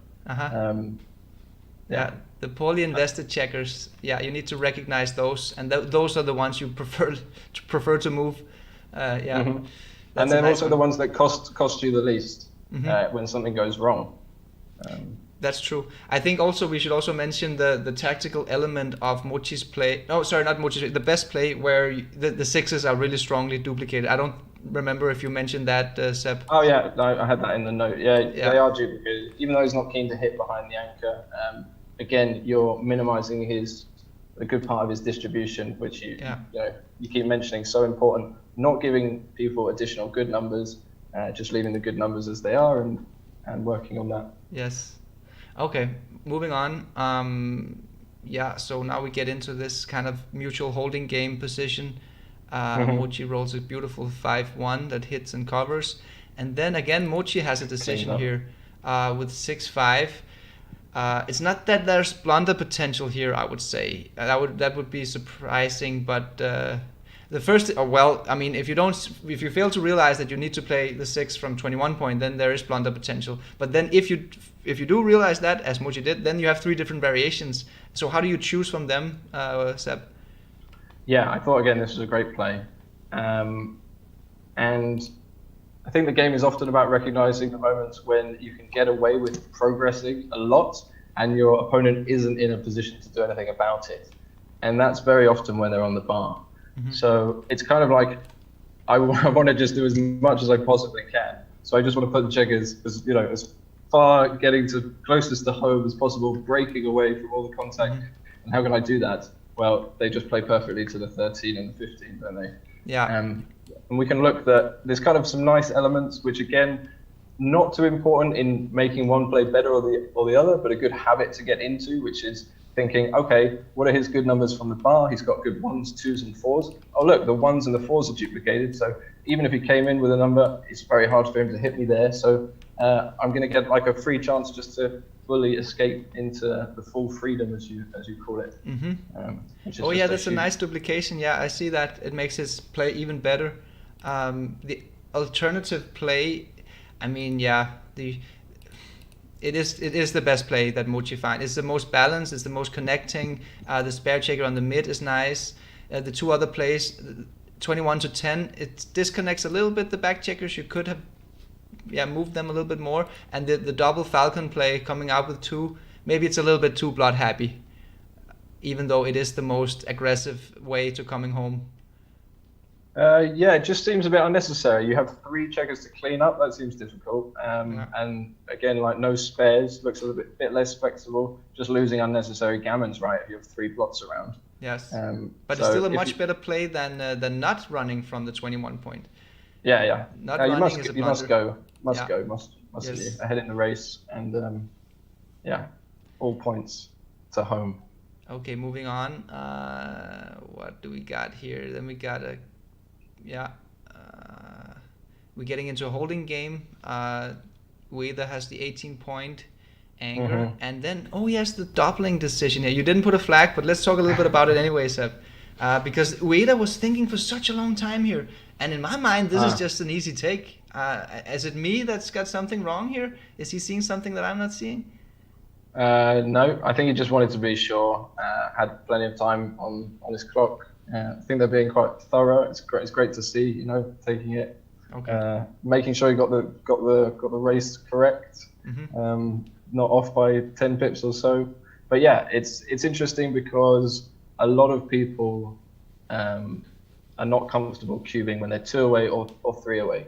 3 away and 2 away especially, and we know that you can just cube those scores the same as for money basically if you're in a race when there's no gammons, and this is one of those positions. Yes. So it's just like a money and 10% difference, which is usually going to equate to around close to 75-25 area. So yeah, good cube and good take. Yes, exactly. So the lesson is that in gammonless positions, we don't have to adjust our cube action strategy too much with regards to the score. Even though we are ahead in the match, 3 away, 5 away, we don't have to adjust too much. Right. Yeah. Even at 2 away, this is like borderline cube. So. Yeah. Even at 2 away, 5 away. Yeah. Okay. Yeah. Goes to show.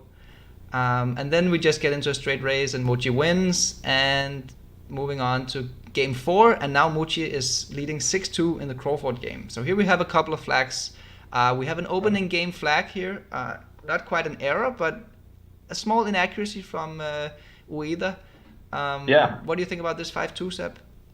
Well, the first thing I thought was fascinating is that it showed he had a consistent mistake, because there were 2 of these where he put five men on the 8 point, So although he's probably not human, at least he's letting some things slide.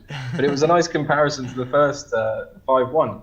I think this one's much clearer in terms of the value you get from coming to the 18, mainly duping those 6s that you mentioned before, because your opponent's already escaped a man safely with 6-5 and is up in the race effectively, doesn't want to pay a lot of risk to get another man sent back.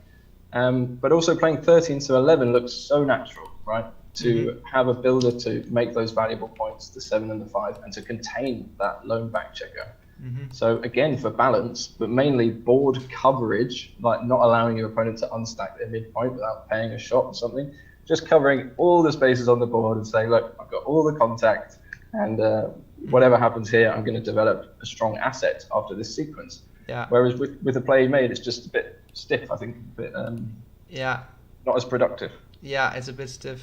Worth to mention as well the duplication here, because the 6s needed to hit from the super stack on the midpoint is also the best escaping number of Mochy.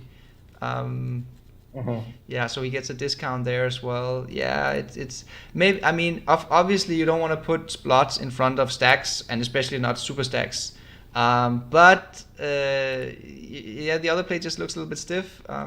I mean, it's not a big mistake, it's just 11 millipoints, so maybe it is something to do with you don't want to let your opponent unstack with a hit or something like this. But yeah, it's fun to see that it's a consistent error with his previous move in game, was it game 2 or game 1? Just a bit unbalanced having all the checkers on the 8 point. You already have one there. And again, you're fighting for the best anchor, you're fighting for the 18 point, you make that. Hits back there, you get good 6s from the bar, good things can develop. Just looks a bit... Maybe there's a little lesson here. Be careful of putting 5 checkers on the 8 point in the opening game. If you already put a 5 there, it's usually not the right play to put another 5 there. Maybe that's a good practical lesson. I mean, it's so difficult to pull apart the mistakes. We're trying to look at how they could have squeezed the tiny bit more equity out of these decisions. But it is interesting, to look at how we can learn from studying and what we can do with the positions to try and get more out of them. Okay, so I'm moving on here, and then we got one more flag here. Now, this time for Mochy. He took his time here, and he ended up playing the very, very stiff play with 2 6 stacks. And just 3 points. What do you think about this play? Yeah, well, I've made this mistake many times. Of course, you feel like it's playing safer, but unfortunately, you're actually leaving more shots in the long run just because the distribution's so bad. Even if you rolled like a good number next roll, you'd probably strip the 8 point and then just have, more shot leaving numbers. So this feels like a balanced play, doesn't it? To again come down to the 11. That's a nice place to have a builder, aiming at the 7 and the 5, and it's just going to develop so much better this way. So what happened in the match was again a nice example that he ended up having to pay more shots rather than just the ones here, and it just didn't develop very nicely. Yes, and a funny little added bonus here that the right play here, coming down and playing with that outfield blot, it actually wins more games, it wins more gammons, and it also loses less gammons. You lose more gammon by playing the safe short-term variant, because the long-term risk is simply just increased that much more. So yeah, it's inferior in all ways. Yeah, I think that's a good point, that when you do get hit, your position is better anyway, right? So it's more balanced. It's just better. It's better distribution of checkers if you are hit. Whereas if you get hit, like let's say on the next row, as he did, the position is just weaker and it's worse. Yeah. So it's better on both sides. And I think from what you've been saying, like try and leave a balanced position. A balanced position is a valuable position. It's a flexible position and it's easy to improve. And we should try and stick with that, I think. It's a natural thing. That's the thing with backgammon. A lot of the concepts are very visually applicable, or we have to use pattern recognition rather than long calculation sequences. A lot of the times the concept just if you're aware of the concept, it just visually gives you the right place. It's a beautiful game. It's an aesthetic game in many ways. Of course, it's also tactical, especially at this level. Mochy and Ueda are constantly calculating dice sequences and the pips and all that stuff. But in the essence, it is quite a visual and pattern recognizable game. Okay, a little rant on backgammon. No, I like that. It's good. It's good. That's how it is. There's a lot of beauty to it. And okay, so we move on to the next flag here, the 5-2 from Ueda. This was a funny little one because should he anchor up or shouldn't he? Yeah. So what do you think about this position, Seb? Well, I was surprised. This is like a surprise to see, because most people, when they start, as you talked about, understand that, if I'm winning the race, then there's nothing I really have to do. I just have to come home safely and I'm going to win, right? It's the onus is on my opponent to put up some kind of resistance. Whereas if I'm behind in the race, I want to create that contact. I want to put up the fight myself. I want to make it as difficult as possible. Mm-hmm. And this seems like a clear kind of, he got his wires crossed where he's way up in the race and he really doesn't need to do anything. Mm-hmm. Just safety those checkers and make sure that they can enter the race. Whereas if he leaves them vulnerable, as mentioned, he can get pointed on, things can happen, and maybe he never gets a chance to anchor again, and it's just unnecessary. Mm-hmm. But again, with the alternative that I sent you, you don't have to change the race by very much on the other side, so that, let's say he's just losing by a pip after the roll, to make his play correct. Let me show the viewers here. So now we have a variation. What's the difference? It's decreases the inner board strength and decreases the race. So now Mochy is up 9 pips instead. So Mochy is up in the race rather than Hideaki, right? Yeah. And in this case, the better play would be to stay back and just maximize the contact zone. Right, and it's clear, isn't it, when you're losing? Yeah. Yes, here anchoring is not, where is it? It's not even, okay, it's in the top 4. Yeah, it's the 4th best play to anchor. So it's definitely the wrong idea here to anchor. Here you can play a little. You also have the stronger inner board still, so you can play bold and stay unanchored, and just maximize the contact zone. But here he's ahead in the race in the actual position, and that's why he should just anchor up. Yeah, because it's not just the blitz that you're safetying with the anchor, it's also the prime. I mean, if let's say Mochy rolls a 4-2 and now Hideaki rolls a 6-2 from the bar, all of a sudden he's getting primed. And that's not fun when the race is close. So yeah, it's both the blitz and the prime potential, even though it's going to be difficult for Mochy to prime here with this underdeveloped position, but still it could happen. So yeah, making the anchor is the way to go, and try to roll a high double. Yeah, basically you have lots of time, just try and run around, maybe a couple of 8s to run to the midpoint. But I think it's a good play, like although it was wrong, I like the fact like he knows the play, like he knows it has value, and if he was down in the race, it would be generating more wins. And he probably also recognizes that the Crawford game, so it's like DNP, and the gammon's not worth anything for anybody because of the score. So he could, anchors aren't as valuable as usual, so he can afford to do this kind of thing. So it shows good knowledge, just like all of us. It could be. It could be. Sometimes it takes a world-class player to make a mistake like this. But I love it because in a lot of these matches, because someone makes like a slight mistake, we get a brilliant sequence where they just get crushed or something. And this was the case here. If he just anchors, he doesn't get this. Or maybe he does get. No, he wouldn't get this shot here to hit and cover the board, and that's how we get into the last game. So and sometimes they get crushed in the chat as well. It's not always friendly. Most of the time it is. But I think so there's a couple of lessons here. So you touched upon this concept. I'm going to try to rephrase it. This is an old Morten Holm concept. I learned this from Morten Holm, that when you're in a double match point situation, which is the case here because Hideaki, it doesn't matter whether he wins a gammon or not, because he's going to be 2 wins away from winning the match anyway, because it's going to be post Crawford. Oftentimes when you're trying to figure out which of 2 plays are better, you should just play the one that loses more gammons, because that's why you're not sure. Like in a normal reference position or a normal score, you would not be sure about these two plays. So actually, the one that loses more gammons is usually the one that wins more games. So maybe that's the concept that Ueda was applying here. He was trying to maximize contact because he didn't care about losing a gammon anyway. But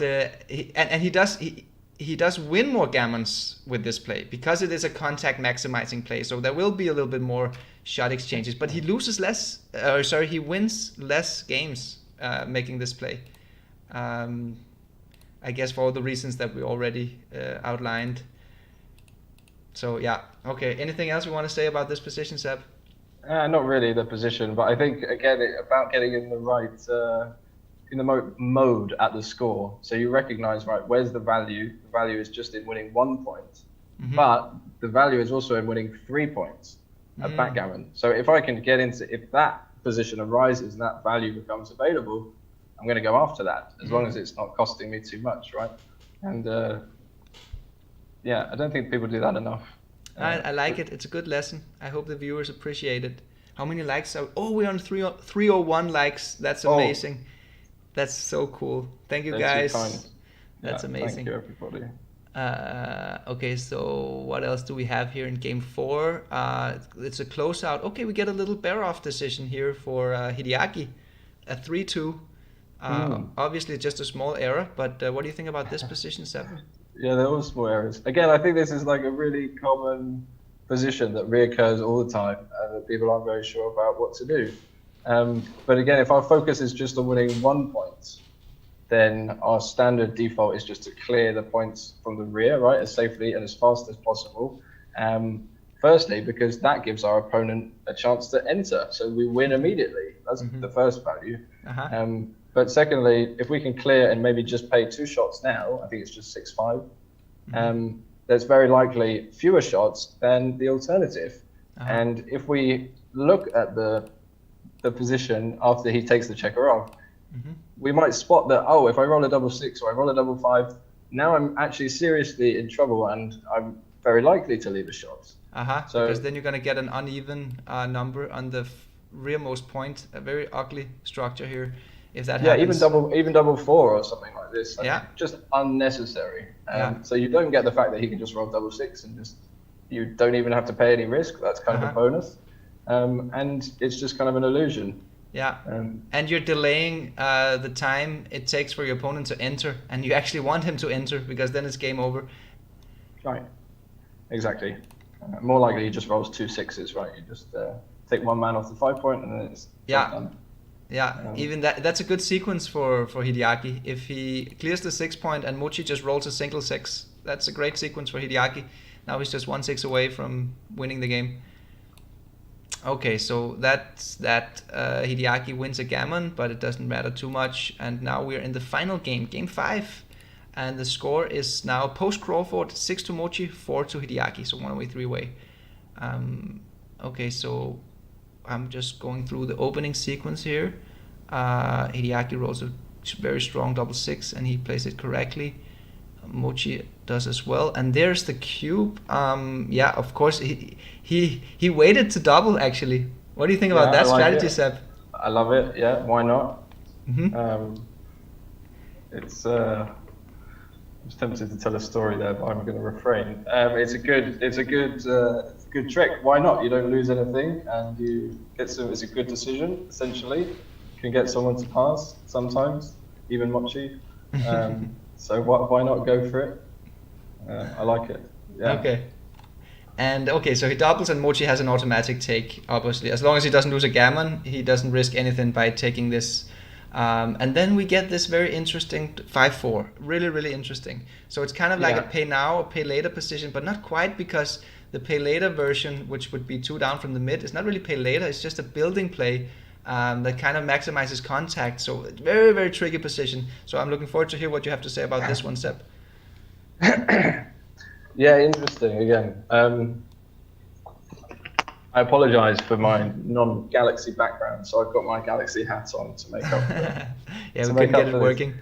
Again, I feel like this is losing focus a little bit. because if you're following the story of the match, you've just got to post Crawford, and you understand that this is Gammon Go, right? This is if I double now, it's Gammon Go, and like all the value should be on winning the Gammon.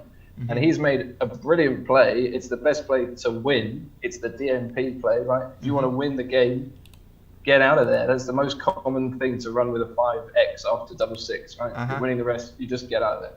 Mm-hmm. But this is not where the value is for this game. And there's another great kind of common concept, which is when you've made your 18 point, this works as like the substitute. This substitutes the contact that your midpoint had. So you can release all those checkers into the zone to create new points, to create a formidable structure.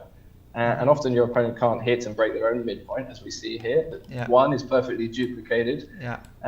But when you've got a structure, like an awkward structure with deep points, it's very difficult to fill in those gaps. So you want to set yourself up to do that as well. Trapping his deep anchor is going to generate a lot of gammons. We know those deep anchor games contain lots of gammons. Mm-hmm. So I think it should have just been like, right, how am I going to win this match, this game? And 2-0 looks really natural for that. Yeah. Yes.